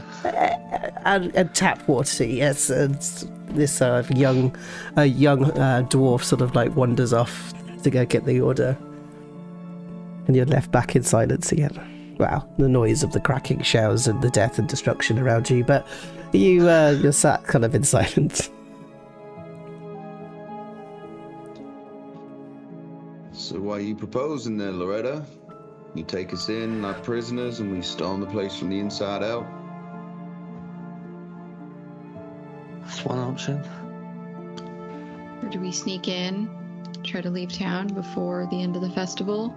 And if we get caught, then you pretend like we were there on purpose? That's another option. I don't know. My judgment throughout this entire thing has been awful. I don't know if I can do this. I need someone else to think for me.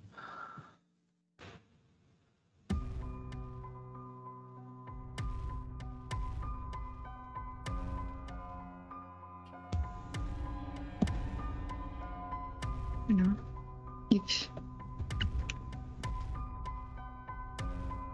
you were there when I needed help, so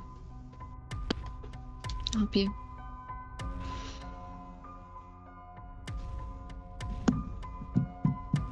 I'll help you on one condition.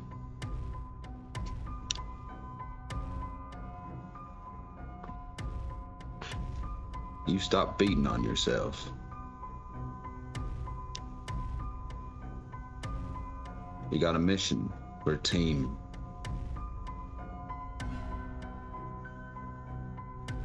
There's enough violence in this world without you doing it to yourself. Get your chin up.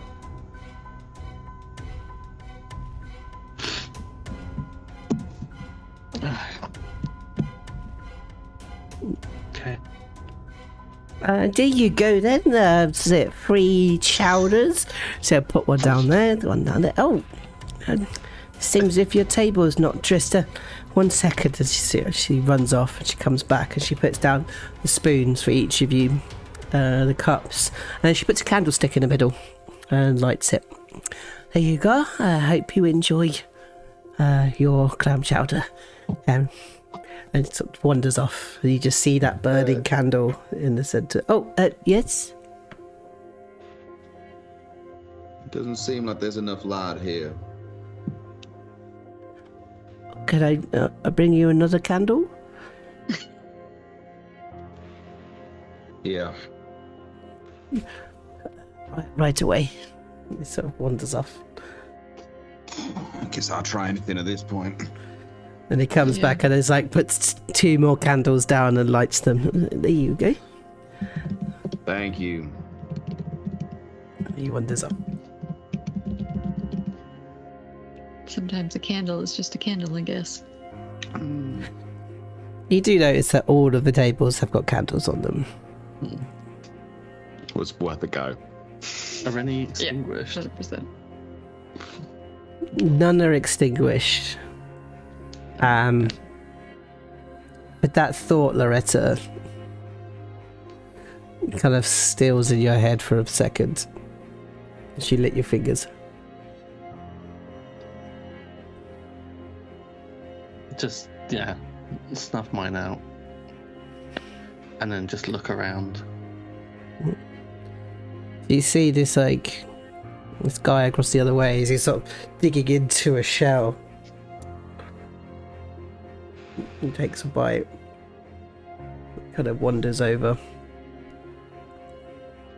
Your candle's gone out.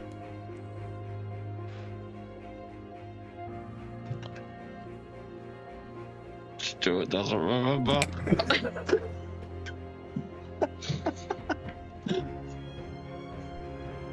Line. I'm trying to remember as well now. Does no one else remember? Stuart, give us some canon. Give us some canon. I'm happy to change the canon here. So good. Illustrious just sat there looking at them both as if to be like, really? He's like, it literally goes to strike a match. Sometimes. Plenty of light, something. See better in the dark.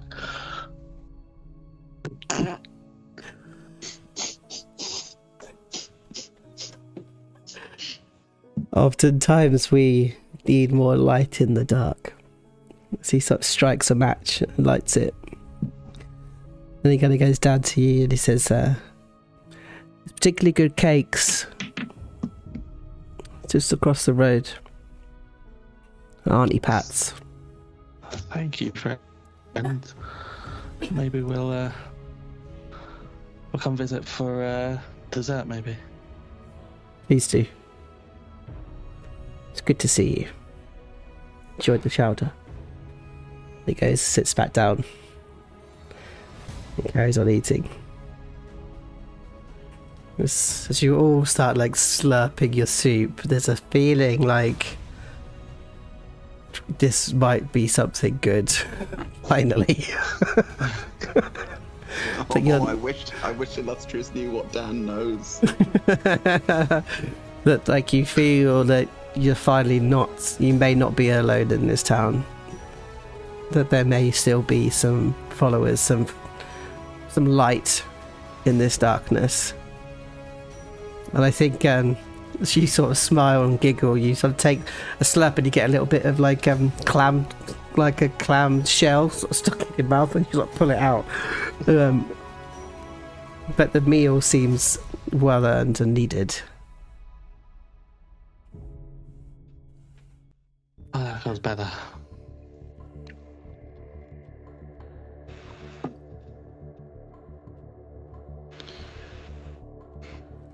It's not bad. Powder is usually a good way to make yourself feel better. It's cold out. A lot of fish. You just hear fresh fish, like in the background somewhere.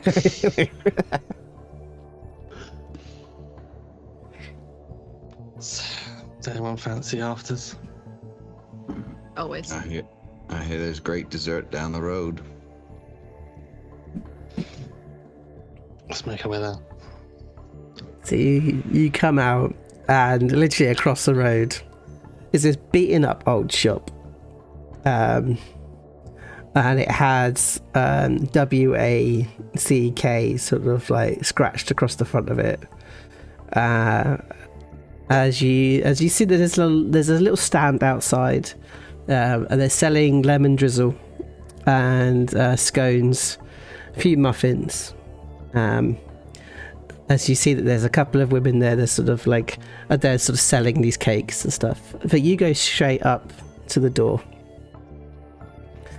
As the door opens, I think you wander in and you see the whole place is like not overly busy, but sort of a good amount. And most of the business is happening outside, but the smell, the smell, like it's that kind of sweet cinnamon citrus. It's the smell that you can, when you breathe in, you taste it more than smell it. As you enter into the Women's Association of Cakes and Kingship, as you kind of wander in, you see that there are candles everywhere on the tables, but none of them are lit. Occasionally somebody lights one when they're sat there talking, and they sort of light one themselves, but all of the tables, none of the candles are on.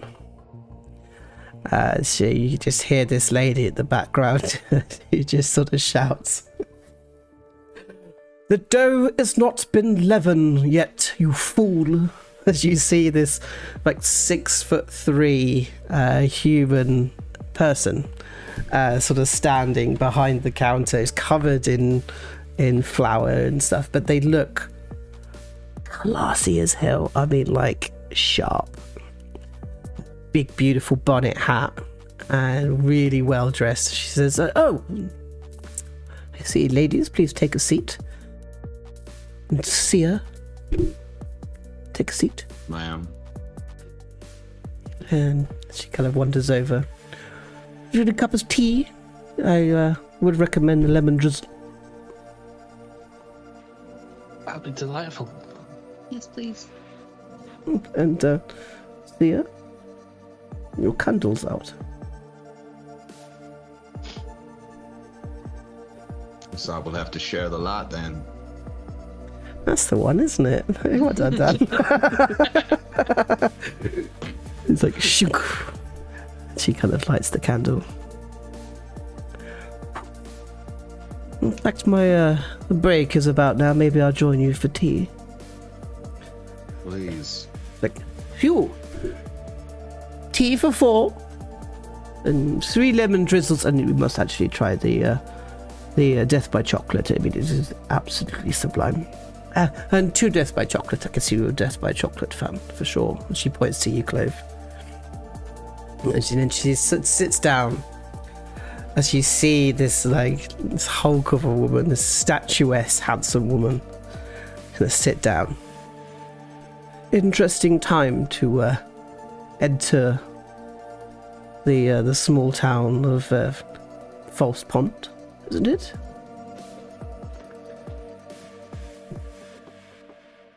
Very odd time. Extremely. You have to give them, at least look as if we're sorting out money for the witch fund. But you know really what we're doing with that money, don't we? Buying swords. Yes. Hires, yes. Yes. So it's unusual to find a cell of 3. What is it you're up to? 4. 4. We were 4. Who are they? I can keep eyes open for them if you wish. Please. Her name's Nora. She's a gnome. A gnome called Nora. Is that with a G? Yeah. And she kind of pulls out this beautiful, like, black leather, small pocket notepad. Kind of pops it open and sort of writes in a description. What they look like?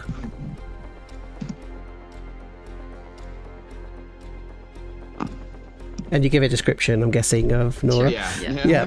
And whereabouts did you lose them? Where did you see them last? Falling from the sky. Off a bridge. The bridge. South of here. I'll make sure people got keep. swept ahead. I'll make sure people keep an eye on the coasts of the river. She writes it down. Closes it up.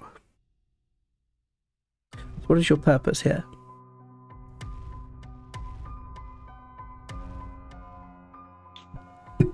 You're tasked with bringing out a young child with gifts.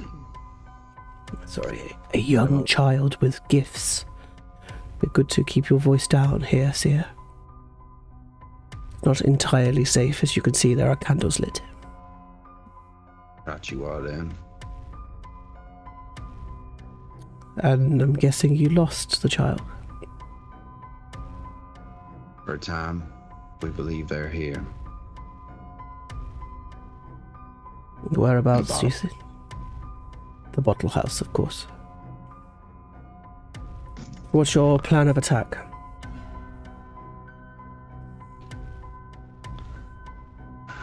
We were just figuring that out. We have an inn. Really? But not now. But not an out. There's only one way in or out of the bottle house. It's through the front door. If you go in, the only way out is to win your way out. Kill them all. Ah. I thought the lemon drizzle arrives. And she starts pouring out the tea for you. That'll be all.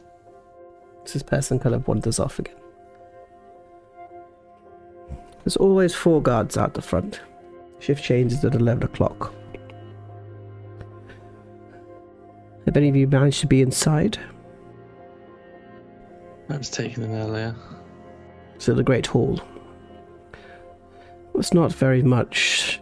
Very many places to hide, not very many places to take cover. It's designed that way. So they'll be holding the child, they'll be holding at the back of the hall.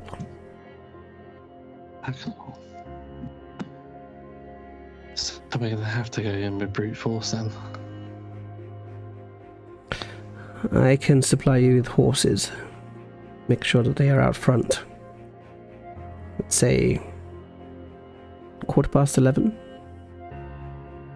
Do 15 minutes. Plenty of time. That's when you think there'll be the fewest there, maybe? I will deal with the changings of the guard once they've changed over at 11. They do like a piece of cake.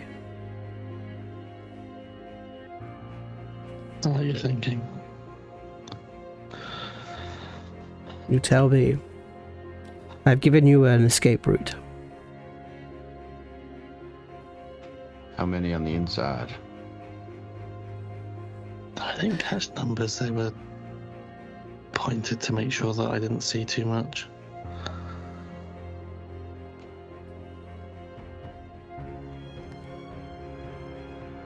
Anything of value in there? Fairly stripped back. What's valuable in there is information. They have records on everyone. Paper. Paper.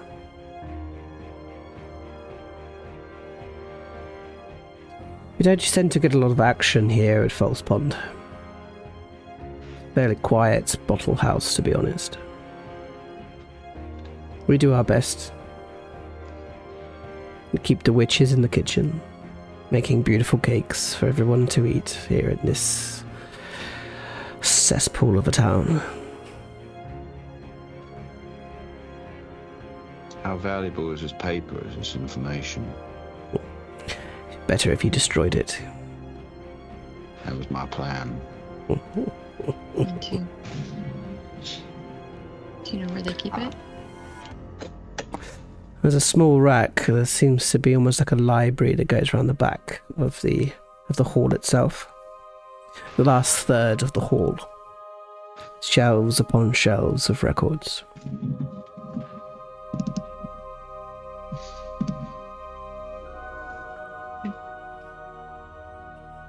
Maybe we can draw their attention. Agreed. Has this got anything to do with how the bottle is targeting children?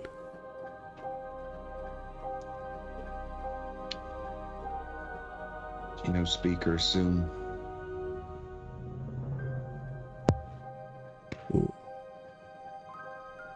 Oh. Hello, B. Once you see this old lady come in. Hello, Patrick. You look here. Sorry, I'm on a break at the moment. Oh, that's all right, Patrick. Don't worry. I'm sure I'll get some. Mr. Montgomery.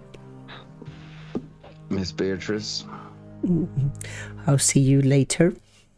She sort of like turns and sort of walks out, sort of grabbing out of a cake on the way out and paying as she leaves. You know Beatrice. I met Beatrice. I think she fancies him. I think I'd be more concerned with her waggling tongue. What did you tell her? I told her I was new to town. I was a healer for the bottle. And I was here to bless the festival. Did you make any mistakes?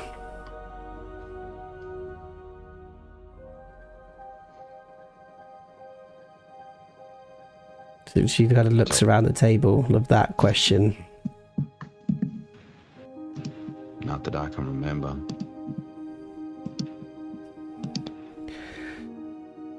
Good. Because if anyone's going to turn anyone suspicious in, it's going to be Beatrice.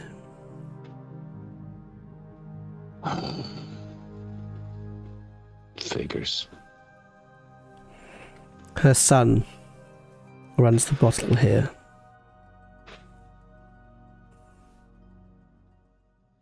By a man called Kel. Met him too.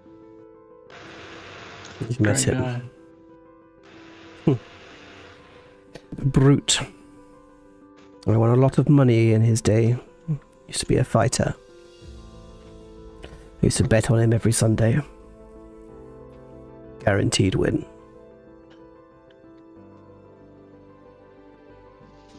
Do we know where he will be? At the house. For sure.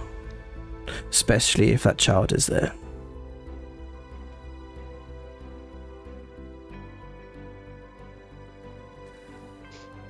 But you look... Smash and grab. Yes, you are. But you look tired. Perhaps some rest. Rest would be good. I have a small, I'd say it's a very modest apartment upstairs. You may stay there if you wish. We doing this evening? I think so. Yeah. We don't. Good. And she sort of like takes you upstairs. You take in your tea and stuff with you, of course. You're not going to miss out lemon drizzle. God, no.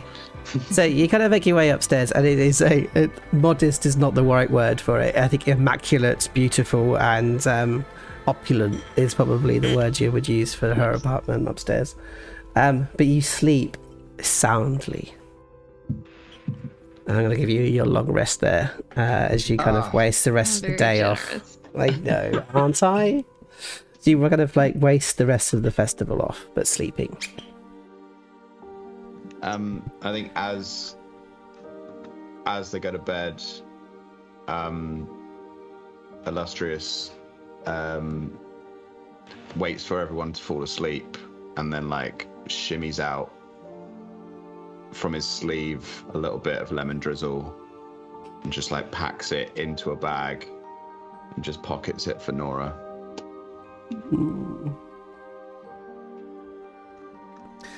As you all sleep soundly. The absolute minimum that you require, which I think is 6 hours for a long rest, is absolute minimum. As you waken afresh and you see the night is upon you, but the light of fire is sort of like burning through the windows. It's almost like that kind of amber light that kind of fills the sky that you get at like bonfire night. As everything seems to be on fire. The sound from outside is intense, the noise, the music. As people are shouting and screaming and sort of celebrating the burning of the witch for the Witch Gun Festival. I think just as a like firecracker or something just cracks off outside, Loretta, like rather than staring, is just kind of just jolted awake, and she does goes, hand her over. Are we good? Are you good? Yeah. Yeah.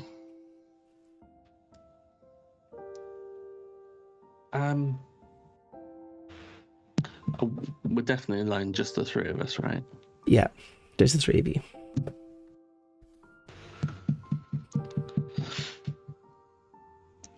I've always been told when it comes to stuff like this that we should just talk it all out. The reason why the bottle always get the better hand over us is because they go to lengths that we don't.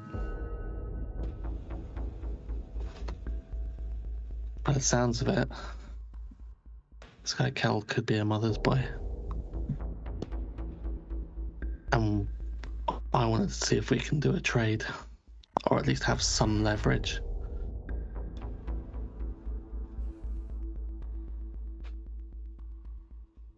Now, it might make us as bad as them. But at this stage, how the hell do we fight against people that are this ruthless?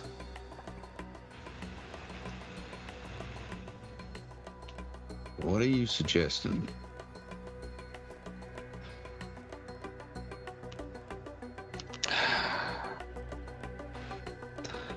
Perhaps we get your dance partner, take her out of the scene. I don't mean in that sense. I mean just out of sight. Keep the threat over her. And if we get into hot water, maybe we can leverage that, perhaps. I'm thinking all we need is something from her to make it believable and for her not to be in the picture. It could just be the one thing that saves us. Are you suggesting we use Beatrice as leverage? Yeah. I think that's the best thing you've said in the last 24 hours. I've got an idea whereby we might not even need to find her. I can make myself look like her. Same height, same clothes, same voice, same silver tongue. Well, that seems handy. One of y'all can just put a knife to my throat. You might have to crouch down, but yeah.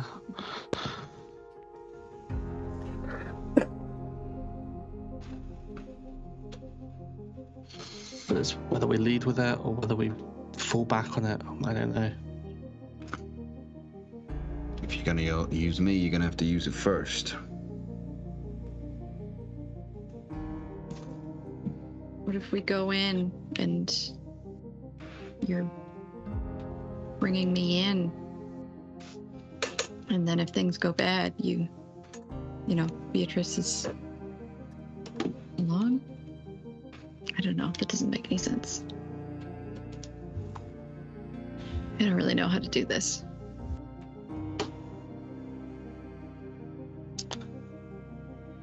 Trying to avoid doing the evil stuff that they do, but sometimes you have to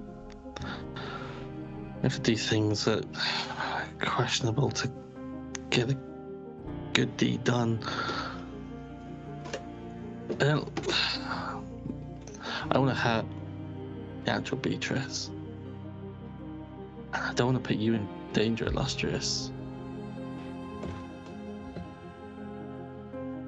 If we could grab something of hers that's recognizable, I don't know, like a chain or, I don't know, even a locket of her hair without her realizing, that might just be enough just to put the spooks in him. Then it could make him fight more viciously.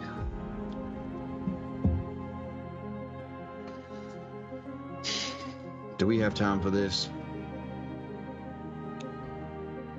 No, it's Not really. dark out. I think the disguise plan might be the way to go. Don't take your lead on it though, Illustrious. Well, we're all going into the Dragon's Den anyway. Maybe you bring us in, and I come in afterwards. Come running in, full of distress. That's an idea. Yeah. Maybe I need to sit down. Maybe they might trust her word if you point out that Illustrious is running away, maybe. Maybe they go on a wild goose chase. But yeah. I can keep him busy. But either way, we're all kind of entering around the same time, yeah? Yeah. I mean, I can, be a mouse or something and sneak in a pocket, but I don't know if it's better if you bring me in. Otherwise, they're going to have a lot of questions for you about why you're going back. Yeah. I'm going to take out my rope and I'm going to sort of de-thread it to make it sort of a little thinner than usual, and I'm going to start tying together some makeshift manacles of sorts that can quite hopefully be just slipped off and on very easily. Okay, let's do a sleight of hand on that. Let's see how good your knots are. Guidance. Oh, just in time. A 20. Yeah, good. So you make a set of like loose, they're somewhat seemingly tight, but essentially you do a twist and you can kind of take them off quite easily. But you manage to kind of put them together well. I'll place them towards Clove and tighten them up, but not too. And then, like, can you get them off okay? Yeah, I think so. Okay. Do you just like slip them off and then put them back on again? Like you sort of practice that move for a little bit. Yeah. But you know ropes really, really, really well. Yeah. A lot of ropes on boats. Yeah. I think she's gonna look at Loretta and Illustrious really quickly and just like, I trust you. I think we can do this.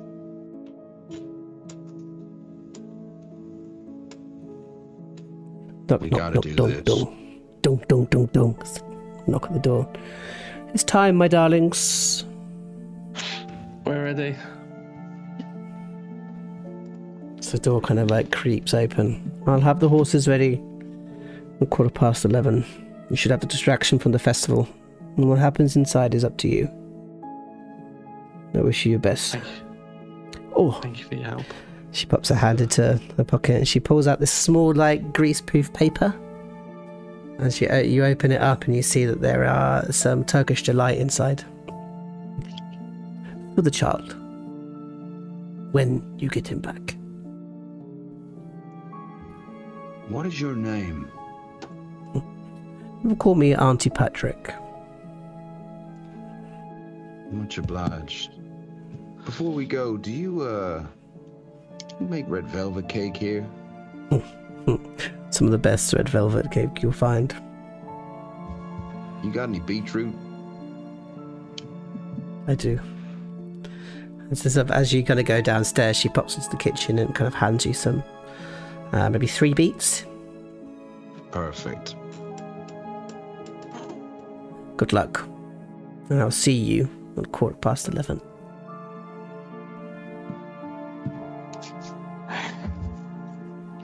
Okay, so I take Clove in.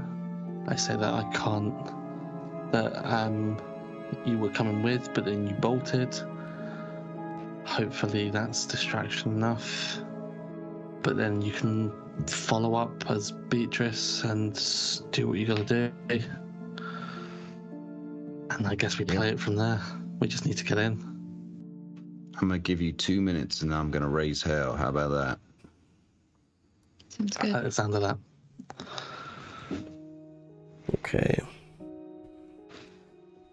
So you kind of, as you open the front door of the WAC, the Women's Association of Cake and Kingship, the noise sort of like feels through from the street. It's like, and all these kind of like firecrackers and things going off all around the street, people singing and dancing, as you see the great effigy of the witch sort of burning in the front, and people are dancing around the fire, enjoying this moment. You see that there's sort of like children who are singing and dancing, singing songs about, you know, burning the witch and murdering the witch.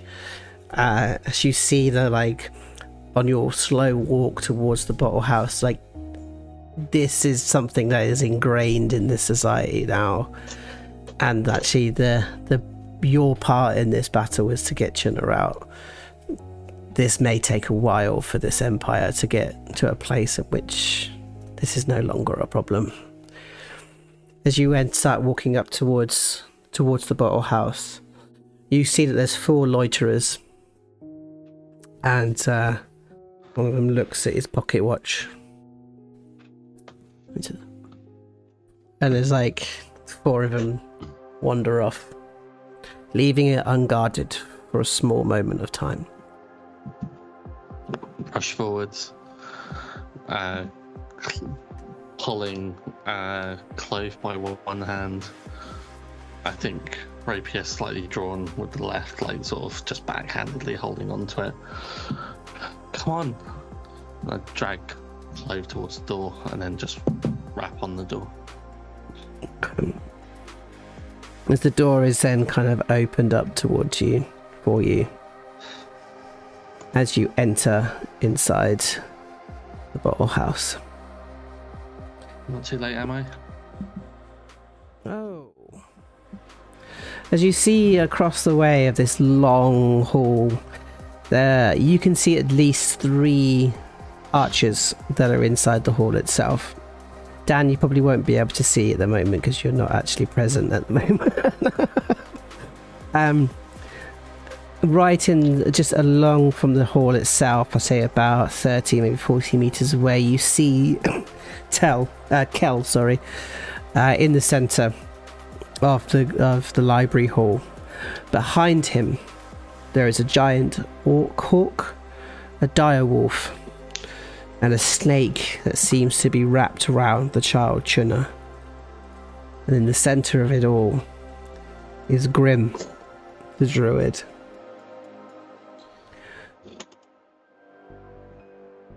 There's only one there, Loretta. I need a bit more time. That he was coming with, and then he just ran. He's like literally ran around just when we were a block away. Not the deal, Loretta. I can go and get him. The festival's still going. He's a lot bigger than we are. She speaks. And who are you? And a voice from behind. She's the druid. Good to see you again, druid. Can't say the same. Last time I saw you, you were falling down like a crocodile. Shame you didn't die in the water, druid. But now we've got you. Thank you, Loretta. Very kind. Just leave her in the center of the room. My wolf will deal with her. And you are free to go, Loretta. I have no care for the seer. Look, I need to know that you're not lying to me. Where is he? He just takes a step to the side. Oh, sorry, where is he? Yes, he's back in Danith. Waiting for you. Can I insight check that? Yeah, sure.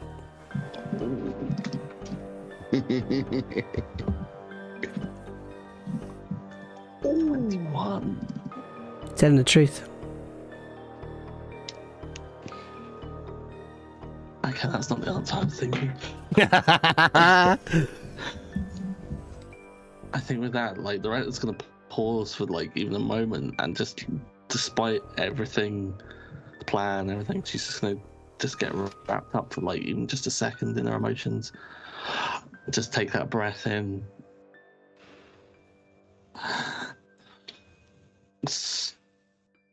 So, if you don't care about the seer, is he free? Yeah. We'll catch him another time. And I slowly, surely move forward past the kind of pews and everything, and drag Clove with me to the centre of the room. So it's about here? Yeah, I think intentionally taking small steps. And I think just as I get there, I'm just going to whisper in, "Ready."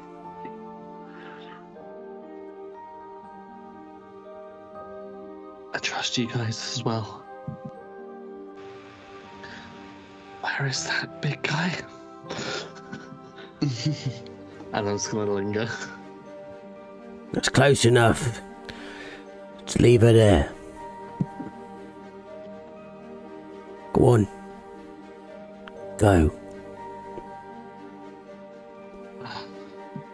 Back away and just make my way there.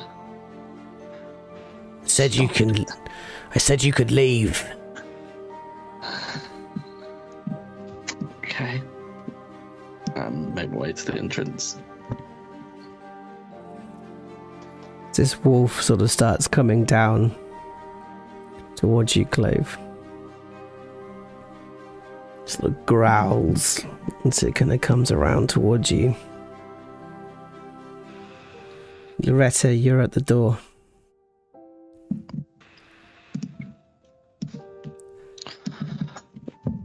Oh. I just turn. You can't. You don't her. Don't her. Whatever you do. I can get the others. I can get the others. I can. I have no care for them. Now fuck off.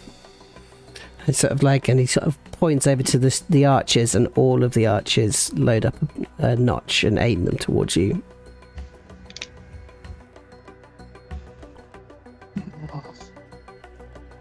Okay.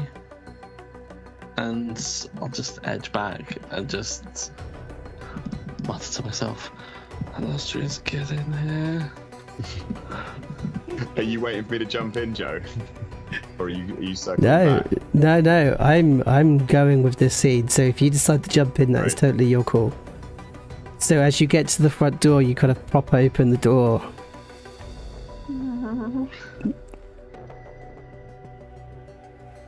And you walk through the door. Yeah. The door closes behind you.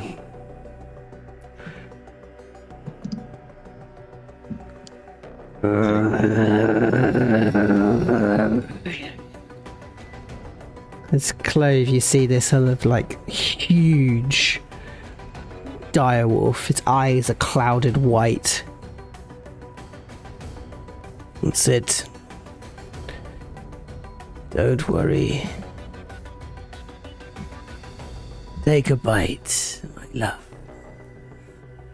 There's a direwolf. It's gonna go in, and it's gonna actually go in for a bite.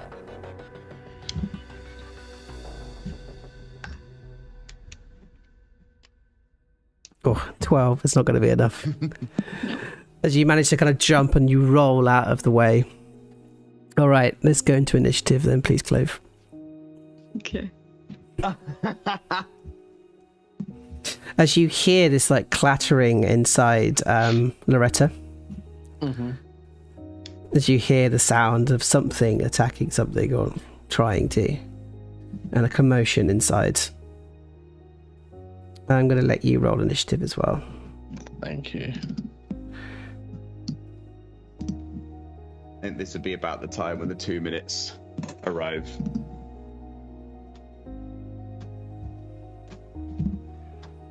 So you're going to turn up as Beatrice in the middle of all this.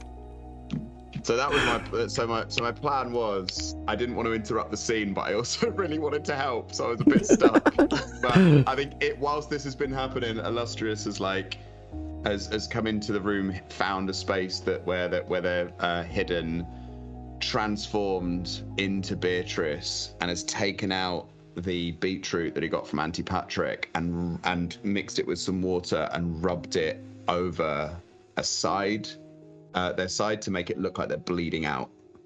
Oh wow! And is running into and is now started to run into the room, or is in the direction of the room, running, panting, with seemingly blood. Okay, do you want to roll initiative as well? Then I'm going to say that you are, because of Loretta didn't see you when you opened the door. I'm going to say you're 30 feet away. Perfect. First. You're 30 feet away from the front door. Okay, amazing. Okay, cool. You might have to put me in manually because I don't have a token. Yeah, of course. So I'm just going to pop you over here so you know. Okay. Have you seen now, Dan? Yes, thank you. Okay. And you were 5, weren't you? Yeah. Right. Okay, so Loretta, you hear this kind of like sound crashing of like a howl, and this thing, something sort of jump towards something. As you have a chance to kind of return into the room. I kind of open the door, get out, stand there, take that moment, and just hear the commotion behind and shake my head and kick my foot back. And the door swings back open, and I'm just going to run in and go straight for the archers. Okay. And I think I should be able to get to one. Great. Oh, this is probably going to be so bad. Yay. So, Rapier attack. 23 to hit. Yeah, that hits. 11 piercing damage. Oh, that's a big hit on this scout. And it's been so long. And then for bonus, 2 weapon fighting, so I just bring it back and go in for the second hit. Yeah, because I only get the one, don't I? Yeah. But I don't get the modified damage on this one, assuming that I hit. 22 hit. Yeah, that hits.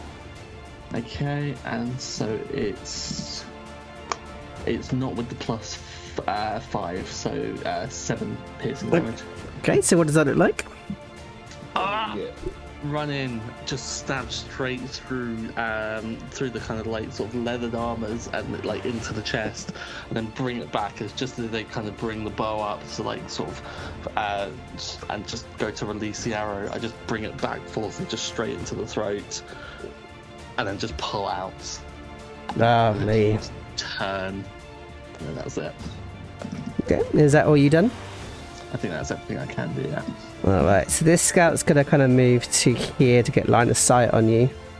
This one's going to move to here to get a little better view of you, I think. Yes. As all 3 of them are going to take shots at Loretta. Okay. So that's 6 longbow attacks. 1, 2, 3, 4, 5, 6. Okay, so 9 obviously misses. 16, does that hit? Misses. 17, does that hit? Hits. Oh wait, Right. no, sorry. Does not hit. So 18 hits, I'm guessing. 18 hits, yeah. So Okay, I 1, think 3 of those hit. 2, and 3. Oh. Oh, yeah, 15 piercing damage. It's like you get sort of like a shower of like arrows, and then 3 of them just like slam into your side. Actually, no, 3 hit from different sides. So it's like 1 to the side, 1 to the back, and 1 to the front. Exactly. The constrictor stake is just going to stay and be ready. Druid. Okay, so Grim. Good old Grim. Where's Grim's character sheet gone? Very strange. Ah, it's up there. Couldn't see it. Okay. Right, so Grim, I think, is just going to... Yeah, he sort of like covers across his face like this as his skin starts to like change into sort of this wooded bark skin as his AC sort of increases as he goes up to 16. And that's all he does for this one. Direwolf is going to take some more bites, I think, at Clove. 22 hits. Yep. For 9 piercing, and could you do a strength saving throw for me, please? Yeah. 16. Yep, so you are still on your feet as you've got this, like, again, another wolf sort of in front of you as before. However, you do have a chance to respond. Okay. So I think the snake you said is like wrapped around. Yeah, Chuna, wrapped around Chuna. Yeah. Okay. It's huge. It's a giant, enormous snake. Yeah.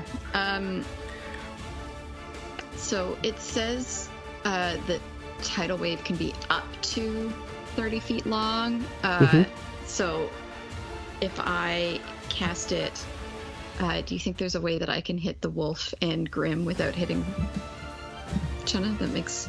Yeah, if you want to control the sort of the amount of distance you want to kind of go with it. Great. Yeah. I'm going to kind of take a step just to make that line kind of make more sense. Mm-hmm. I think, and... Will you get Kel as well? Would that catch Kel? Or is yeah, it... I think so, because it can be 10 feet wide, too. Right, so, perfect. yeah. Okay. Here, I will chat, too. So, yeah, she swings her quarterstaff, and this, like, wave of water shoots forward at them, and I need... I believe their dex saves from everybody. So Direwolf fails. Great. Kel succeeds. And Grim. Let's have a look. Yep, succeeds as well. 20 and 25. Very nice roll. So they take... Okay. So they take half damage and are not knocked prone. The direwolf takes 16 points of damage and is knocked prone. Wow. I love that. Just like, screw you, you're prone. I'm knock you prone. It's like, you try to knock me prone, I knock you prone. There we are. And then Grim takes 8 as well. Perfect. Anything else, Clove, you'd like to do? Yeah. And then as a bonus action, I'm going to cast Shillelagh on my staff. Oh, absolutely. That's my turn. Okay, so... Giant Eagle. Yeah. It's all about you, I'm afraid. Okay, so Giant Eagle's going to come in, do a beak attack and a talon attack with advantage against Clove. 16 and 14. The 16 hits, the 14 misses. Hit with your beak for 4 piercing damage. As it's like you just feel this huge like waft of air behind you. Can the gladiator? Yes, I think it can. Yes. Yeah, so Kel sort of like stomps up towards you. And goes in for some attacks with... Yeah, it's all with the spear, I think. Spear with a shield, I think, so do it one-handed. 3 of these. 1. Oh, did you like an attack and opportunity? I would indeed. Ah.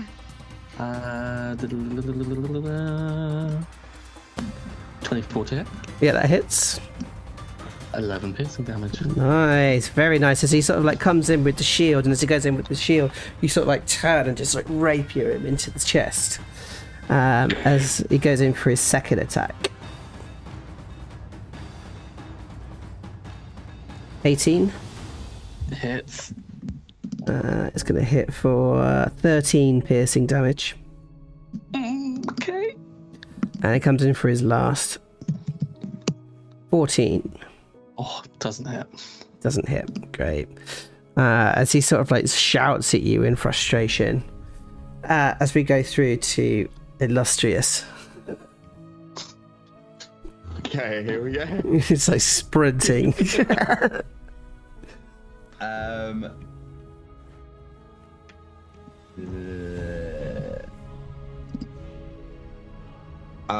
So seeing that Kel has gone this way, I'm gonna go into a full dash 60 feet over by Clove. Actually no, I'll stop short, so I'll come running into here, just like running, panting, wheezing, holding my abdomen, like look Kel square in the eye, and then collapse and fall prone. Oh wow, okay, so you're gonna go prone. Yeah. Okay, really, really nice. Alright, Loretta.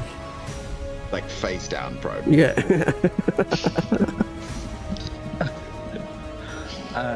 Okay. Bonus action to second wind. Because I am hurting. So that's a D10. Oh, move turn order, go away. 2 plus 5, so I regain 7 hit points. And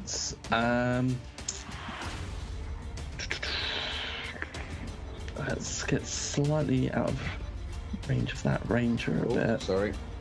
And then go for my 2 rapier attacks because I forgot I have 2 attacks per round. So 14. Does not hit. Can I do anything to that? Nope. And second attack. 26 hits. So sort of like your rapier kind of comes in, he sort of like moves it around with his spear, but you sort of come around and slice across the stomach. Nice. For 13. 13. Very nice. I really don't like this guy, action third. Okay. So 27 to hit. Yep. For 12 damage. As you take like a side step backwards and sort of like stabbing around the back of you, almost like this. Yes. As you turn on your last foot for the last attack. 20 to hit. Which hits.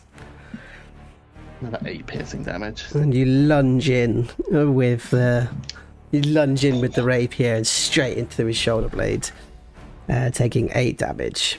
Really, really lovely. Okay, anything else you'd like to do? That is all I can do. No, Okay. I'm spent.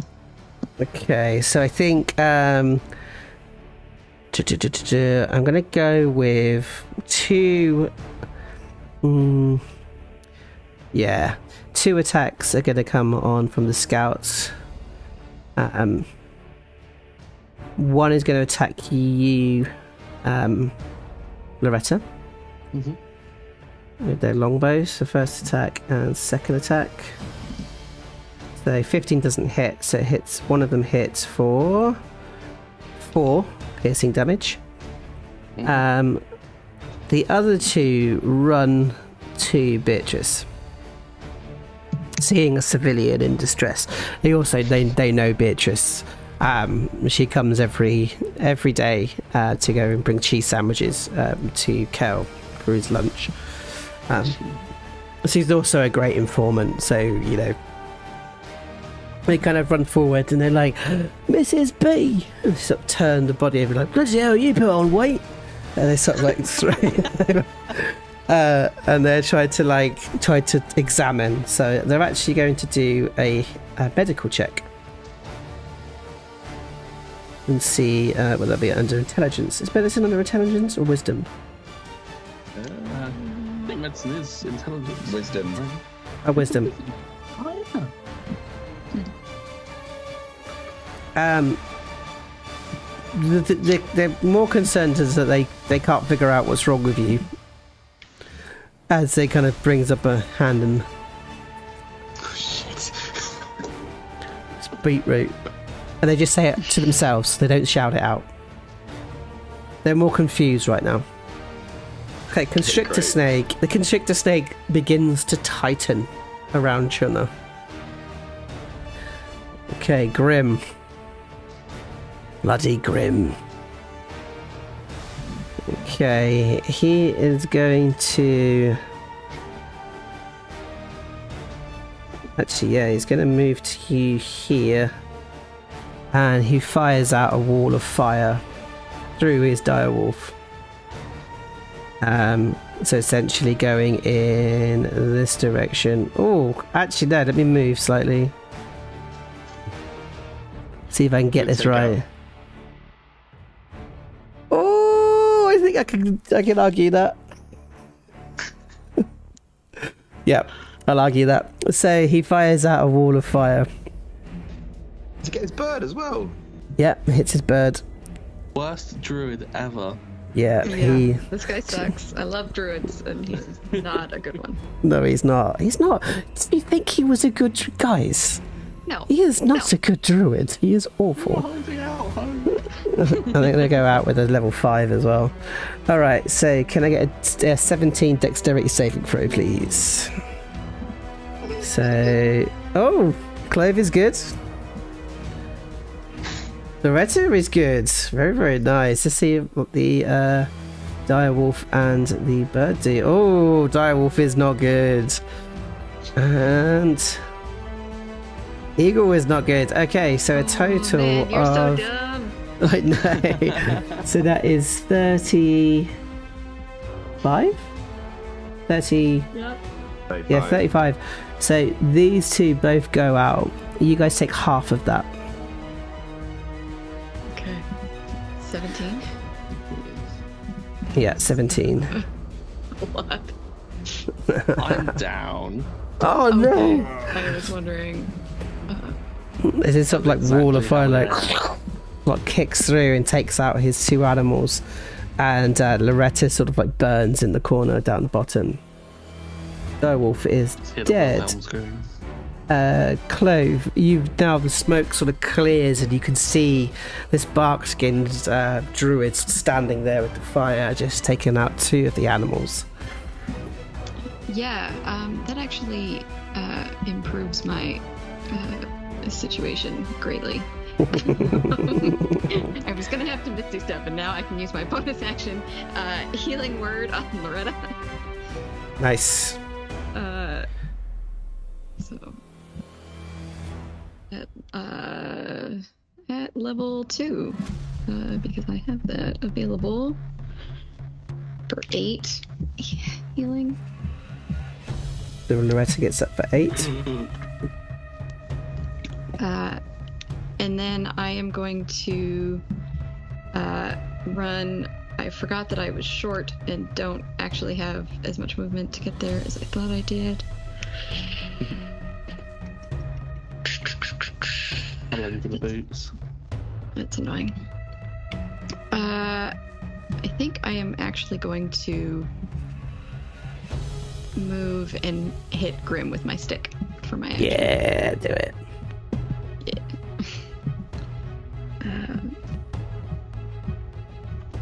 But I am gonna like yell out like, "Get the kid!" Look, 15 is not enough, I'm afraid. As he sort of like swing across and the stick starts like slams into his face and just like stops. Sort of Superman styley, as it sort of like hits into his face and does not go through, I'm afraid. Okay. Anything else you'd like to do? I'm just gonna reposition myself slightly closer to Chana. That's my turn. Okay, Gladiator is going to obviously attack you, Loretta, with advantage. 19 hits. Hits. For 8 piercing damage. I'm back down. Doesn't care about his mum. And then looks and cares about his mum. And rushes over. And sort of picks her up and like, "Mother! God, you're heavy." The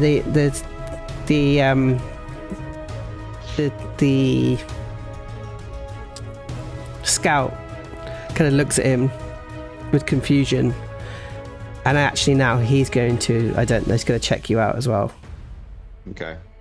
with an intelligence check.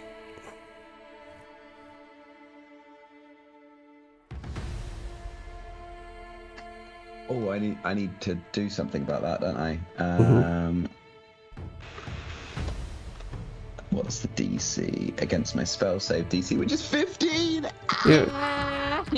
So he looks down and he's convinced that this is his mother, and he won't listen to the scouts as he drops down to his knees, so he's technically prone. Very, very nice. Okay, Illustrious, it is now your turn as you look up to him with your crusty old 80-year-old eyes. I look up. So we're both on the floor. He sort of knelt down next to you. I go to like use him to like pull pull me up, holding my side, and place a gentle hand on his cheek and cast Inflict Wounds at 3rd level. And they're prone, right? Yeah. So do I get advantage because I stood up? No, you stood up. Yes, you have. Yeah, you do get advantage. Please work. 24. Yeah, 24 hits. Okay, so that is for 28 damage. Very, very nice. As he sort of like hit hard, as he looks over at you, falls backwards almost in shock of what his brother does as you kind of like morph back. Oh no, I say it and I just look at my hand as if I'm not sure what's happened. I'm gonna try and milk this for all I've got. I'm gonna wait till the scouts go to see if they can convince him. Alright, anything else you'd like to do? No, I think I've pushed my luck enough. Okay, cool. Loretta's get a death saving throw, please. Do you have an aura as a Twilight Cleric that is automatic, or do you have to do something?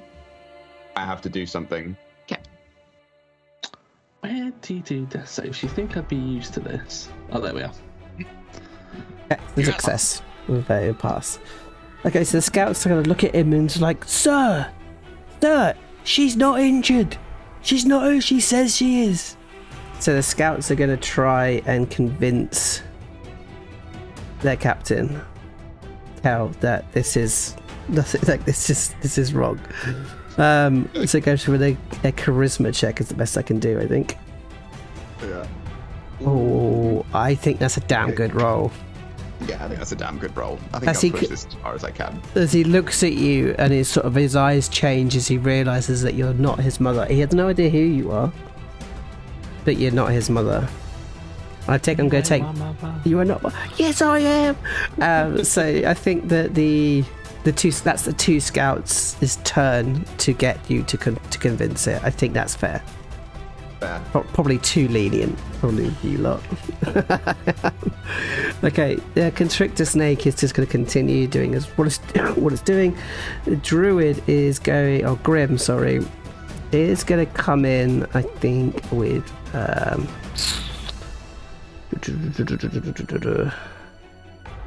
what's he going to do today? I don't know, maybe kill some of his own animals. Summon them, kill them. Burn the spell slot. Cast Shillelagh as a little bit of a bonus, and it's going to come in. They're coming with a couple of attacks, two-handed with the quarterstaff. So first one comes in. Oh, you get an opportunity to attack if you wish. Oh, is that how that works? Yeah, I will whack him back. It's a house rule. It's nat ones. Oh, does not hit, I'm afraid. And it comes in with their second. That one definitely hits. Yeah. Hits for 6 bludgeoning. That is just enough. I am down. He sort of like swings around, just like and just like knocks onto you just on your temple here. As you kind of fall, you look across as you just see Chuna sort of looking out towards you as you kind of fall. As you just hear him go, no! As the snake is like obliterated in flame. And it just completely explodes, flying these snake pieces everywhere. As Chuna is stood on the table alone. We'll move on to the direwolf is dead. Clove, can I have a death saving throw, please? Yeah. Oh, just a passed. Okay, through to the eagle is dead. The gladiator, realizing that you're not his mother, Oh no. is going to stand up 15 feet and then it's going to go in for some attacks. Drops his shield. Goes over two-handed spear attacks. 14 misses. Actually, I'm going to take some advantage on this. 16. Nope. Okay, goes in for the second. 19. 19 hits. For 16 piercing damage. And the last one. Oh, and misses as he's sort of like Can't hit his mum. he just can't hit his mum. He's like terrified. He does not want to hit his mum. As we come through to Illustrious, it's now your turn. Okay. You're Illustrious noticing stare. not only this thing around you, but you, with Tuna exploding, you saw Clove go down, and you know that Loretta is down as well. Yeah. So.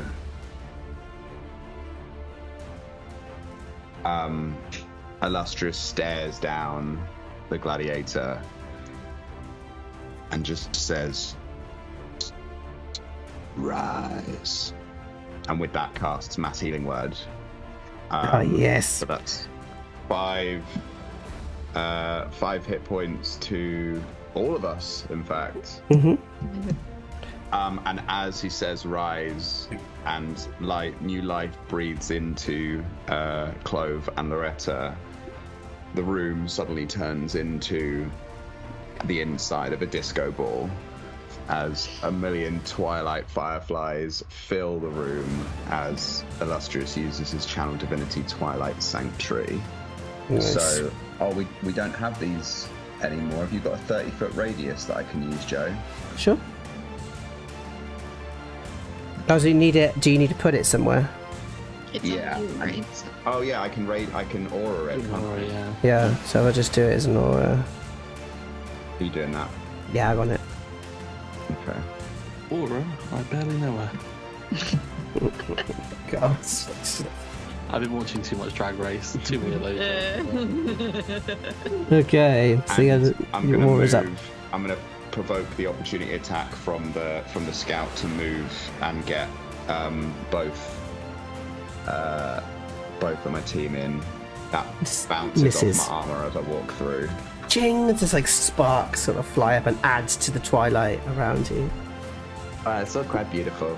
Okay, so And what does that then you mean? remember- So that means whenever a creature, including me, ends a turn in the sphere, they can either have 1d6 plus 5 hit points of healing, or I can end a fear or a charmed condition. Nice. So Loretta, you are up and in the aura. Delightful. Thankfully, because I'm wearing the boots, my movement is 30, so I use half of it to stand up, having my second gasp at life. And I'm hoping with 15 feet I can clamber to this guy. And are we running flanking? Yeah, I'm happy flanking. Sweet. And I'm going to go in for the attacks on him. I just need to finish this guy. So 25 to hit. Yep. 11 piercing damage. Yes. Oh. Not enough, I'm afraid. That sucks. That sucks Do I have balls. anything else?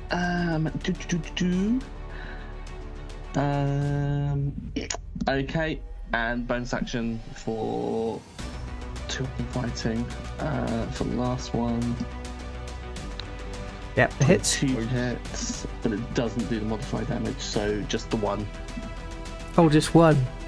She's Just like, one. so I think you can like stab and then you go to turn and it bounces off his shield and you just like turn, as you spin around, you just like cut his face. Like that classic like And I think that is all I can do. Yeah. Alright. I'm gonna just say, I'm still here, and then take that d6 extra healing. Nice. And plus Alright. 5, 9. Okay, so the scouts are going to come in. I think they're going to do 2 short swords against Illustrious, and then the other one's going to go for 2 short swords against you, Loretta. Oh, 19. One hit. And hits for 6 piercing damage. The other one comes in with 2 short swords on Loretta. Ooh, we get a crit. Not 20! Okay, as our wonderful DM would say, DM Philly would say, so that is 8 piercing damage. As they missed with one of the attacks, can I use my reaction to do a riposte? Yes. My better maneuver. My fighter just took that maneuver. It's very fun. It's such a great one. And if I hit, I add the spiritual die to the damage roll as well. So please hit. 20. Yep, that hits. So that's going to be 8, and then plus my superiority die, which is 8. 13. Yeah, not quite enough, unfortunately, as you kind of like beat the hell out of this thing in one swing, but not quite enough to try to take them down.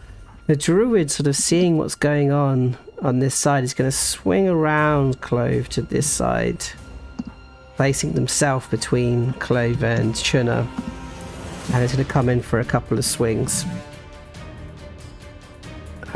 with their quarterstaff two-handed. 1 and 2. So 20 hits, 14?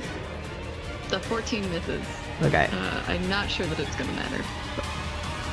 Oh. Oof. Yeah, no. Plub is back. Conk, as it just like smacks onto the side of your head and takes you down.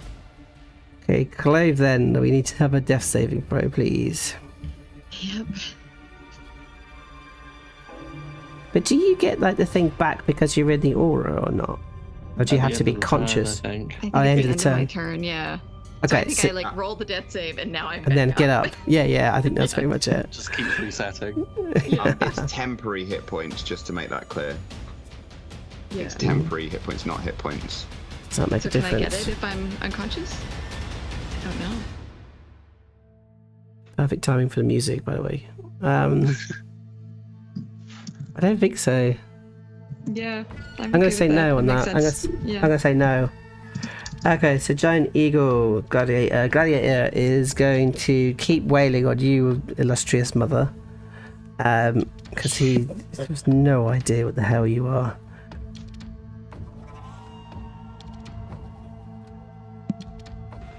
Only one of those hits, which is the 18. One of those hits. Well, 15 piercing damage. Illustrious, it's now your turn. You kind of seeing around here, you're sort of seeing that there is, like, you think that maybe you are losing sight of this mission. Mm. But you think that Clove is the one who's been trying to stick on sight and is now keep being knocked down and is dying. Yeah.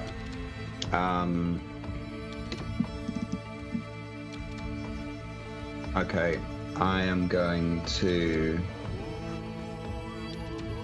I'm going to move. I'm going to provoke the opportunity attacks from both of those guys to move here.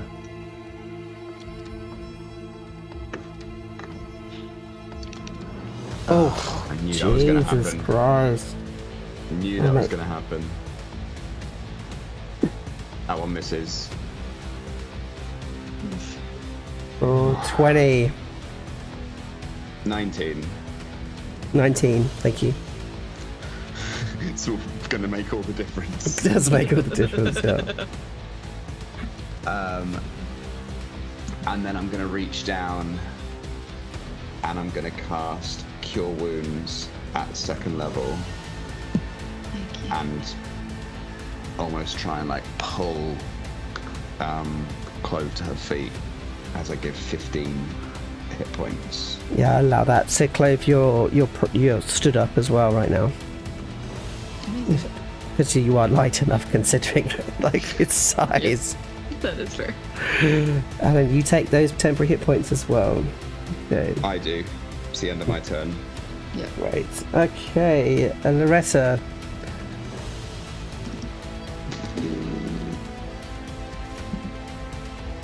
I believe in you, Loretta. Sir Loretta, the knight.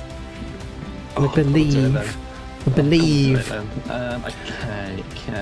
And if anybody is still watching on the chat, let's send some belief over to Sir Loretta. Come on, Loretta. 21 to hit. Yes, that hits. Come on. 13 piercing damage. And you just like stab him in the back. So he's sort of like, oh, as he's turned with this. As he sort of turns to you, he looks like he just about tries to drop to a knee and like stands back up again. But he looks pretty awful. With the force of that, just bring the rapier down through the flesh and then use it for a sweeping attack into the other archer that's within range. So that is... If you hit a creature with a melee weapon attack, you can expend 1 spirit die to attempt to damage another creature with the same attack. If the original attack roll would hit the second creature, it takes damage equal to the number you roll on your spirity die. Yep, it would hit. Sweet. Okay. So that would be. So that just takes 4. Yep. So that one dies in the spot. Yes. Yes. Come on. Come on, mate. And then I'll move to their second attack on the main guy. Oh. Not enough, I'm afraid. Bonus action, 2 weapon fighting. Oh! And unfortunately, you do not take them out, but the scout does go riposte and goes for an attack against you with 2 short swords. 1 and 2. 16. Miss and miss. Both of them miss. Wow. Okay, okay. You riposte him. Perfect timing with the music, by the way. Okay. Oh, it's 20. Okay. And we hit through 4. Can I make that a sweeping attack as well? Yeah, why not? So that would be 11 plus 4, so 15 to the scout. Oh, and you're going to explain to me what that looks like after we find out the damage for the other guy. 6. Oh, see, tell me what it looks like on the scout. So, leaving 1 hit point on the gladiator. Actually, no, fuck this shit. Tell me what that looks like. So they go in for the short sword attack. I kind of just sidestep, look at them, flip the blade around so it's in the backhand, and just swing it round, catching as I arc it up just into the jaw as it just kind of rips it off. And then, perhaps dazed, confused, I just keep swinging all the way around, building up that momentum, and then just smash the rapier right to the hilt into the side of the gladiator before me. And then just pull out and scream with anger. He's like, and he falls and dies. Okay, great. Okay, we're going to keep Listen going. to your mother. Yeah. Okay, Clove, you are now up. Okay. I am going to move around to... And I'm going to, like, grab Chuna's hand behind me. Do I see the paperwork at all that we were told about? Yeah, there's all the way around you. You see it's surrounded with paperwork. Sorry that we've overrun at the moment. My apologies, everyone. No worries. I am going to, as my action, cast Create Bonfire on whichever part of it looks the most, like it's got the most... What freaks you out is that when you cast it, it seems to be about 20 times more powerful than it should be. As you feel this tingling coming through from Chuna, as you turn around and look at him as he smiles at you. And you're just like, whoa, this huge fireball just like burns the paper around. As Grim sort of turns, it's like, no! And he runs towards the papers.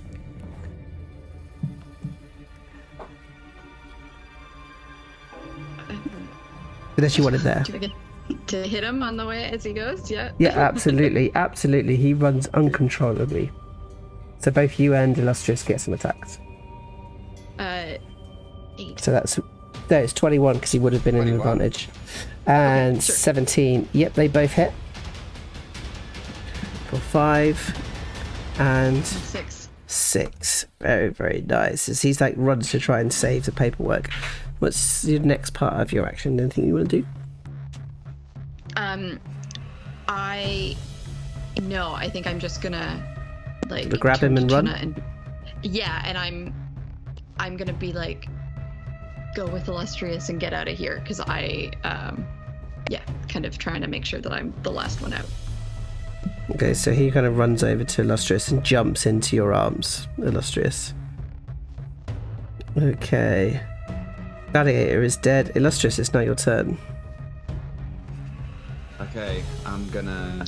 Oh, you've got a I was about D6. to say. Oh. D6? D6 plus 5, Clove has. Nice. So it's 11 temp HP? 11. Okay, great. It's jumped into my arms. I'm booking it out, double dash. Mm-hmm. So that's 60. Gets you out. Yeah. Yeah, so you kind of like the ching ching ching ching as the sound as you run out. Stay by the door, if that's all right. Outside, you see that there are 3 horses suddenly been pulled up, and there are 4 dead guards, all of which are having like foam pouring out of their mouth, like they've been poisoned. And Auntie Pat has stood there with the horses, and she shouts, "Hurry now!" To move through to. Lemon in the air. So, yeah, so he throws through to Loretta.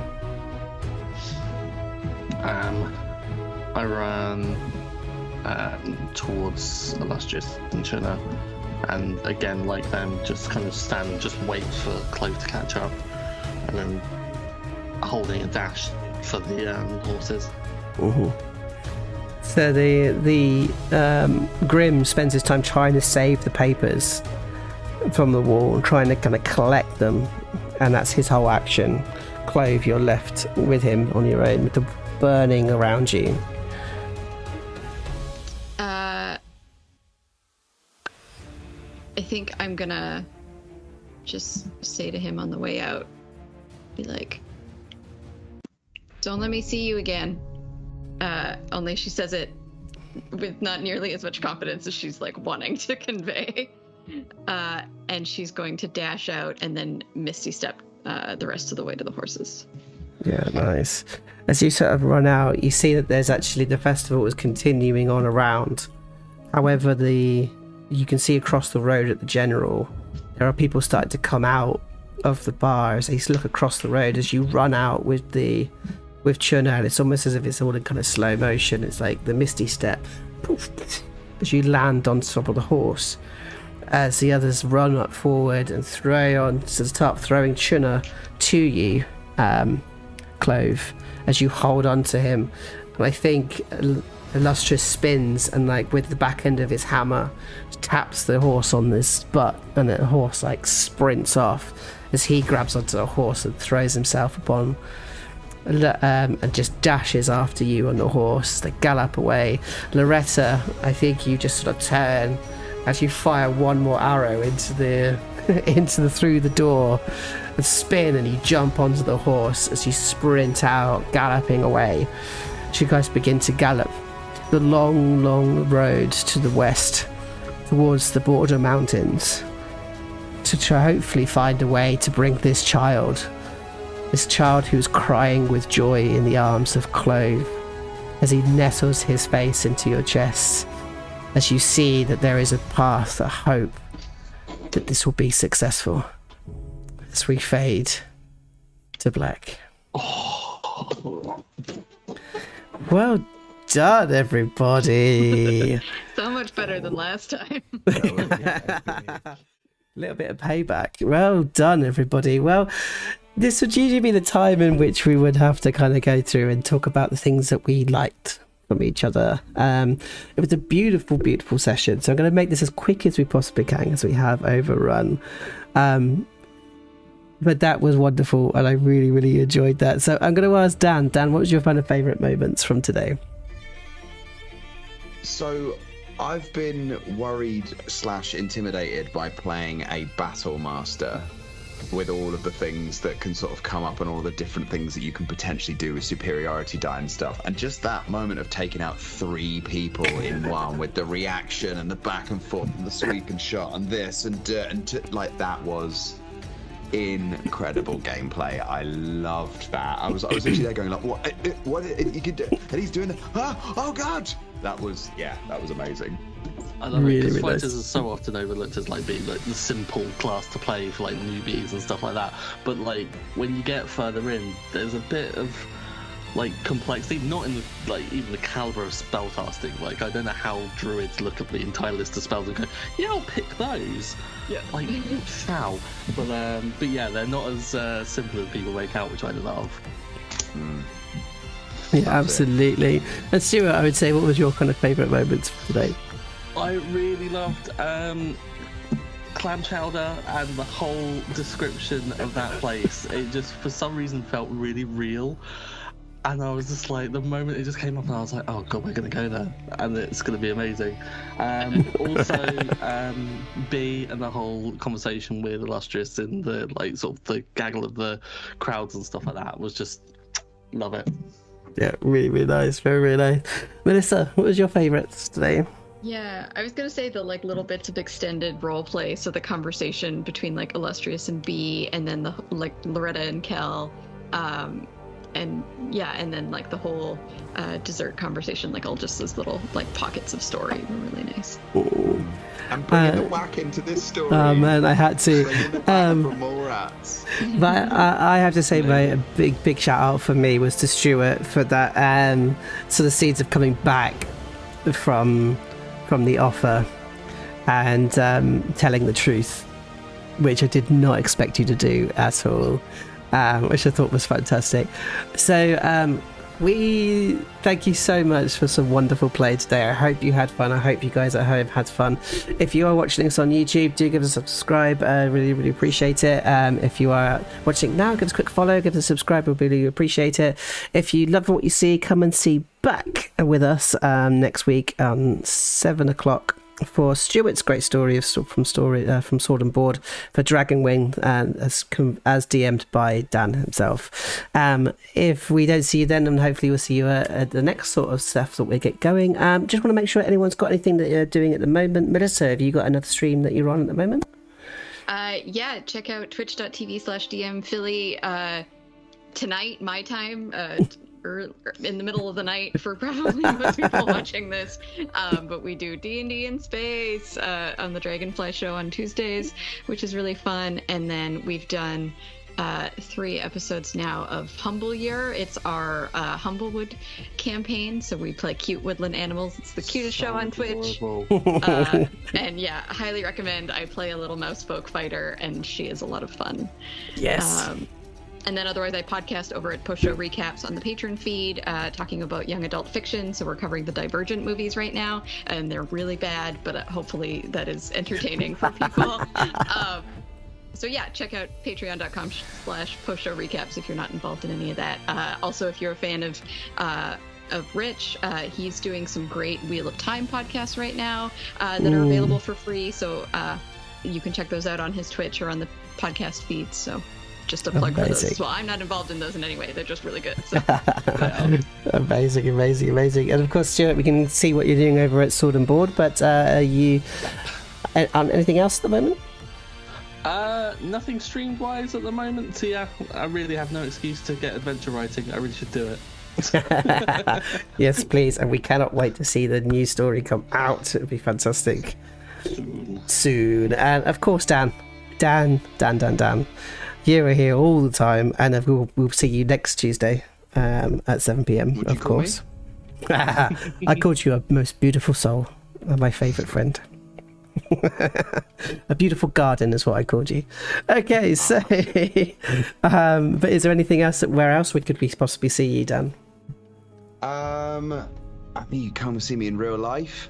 In Money Heist experience in London. I think they're just about to open out some new tickets for that in line with the show starting again. Myself and Rob are both in that, and Joe built it. Ooh. So even though you won't see Joe, you'll see his fingerprints all over it because he's made an absolutely incredible space for us all to play in and slowly break. Yeah. But yeah, you'll see me back here on Tuesday. Some bits faster than others breaking. You'll see me back here on Tuesday for Dragon Wing. Be back for more rats at some point. We've got lots of silly Christmas and post-Christmas ideas. And speaking of Philly, I threw our most recent silly Christmas idea at him, and he was like, "Cool, here's another one." We've got all of the ridiculousness through the holiday season, and it's just about fitting it in. I'm very excited. Exactly, me too. So I hope that all of you have a wonderful evening, have a wonderful day. Melissa, enjoy the rest of your day, and all those that are watching over here or on this side of the pond, I hope you have a wonderful time. I love you very, very much, and we'll see you next time for a little bit more of the Arcane Ward Chapter 5. See you later.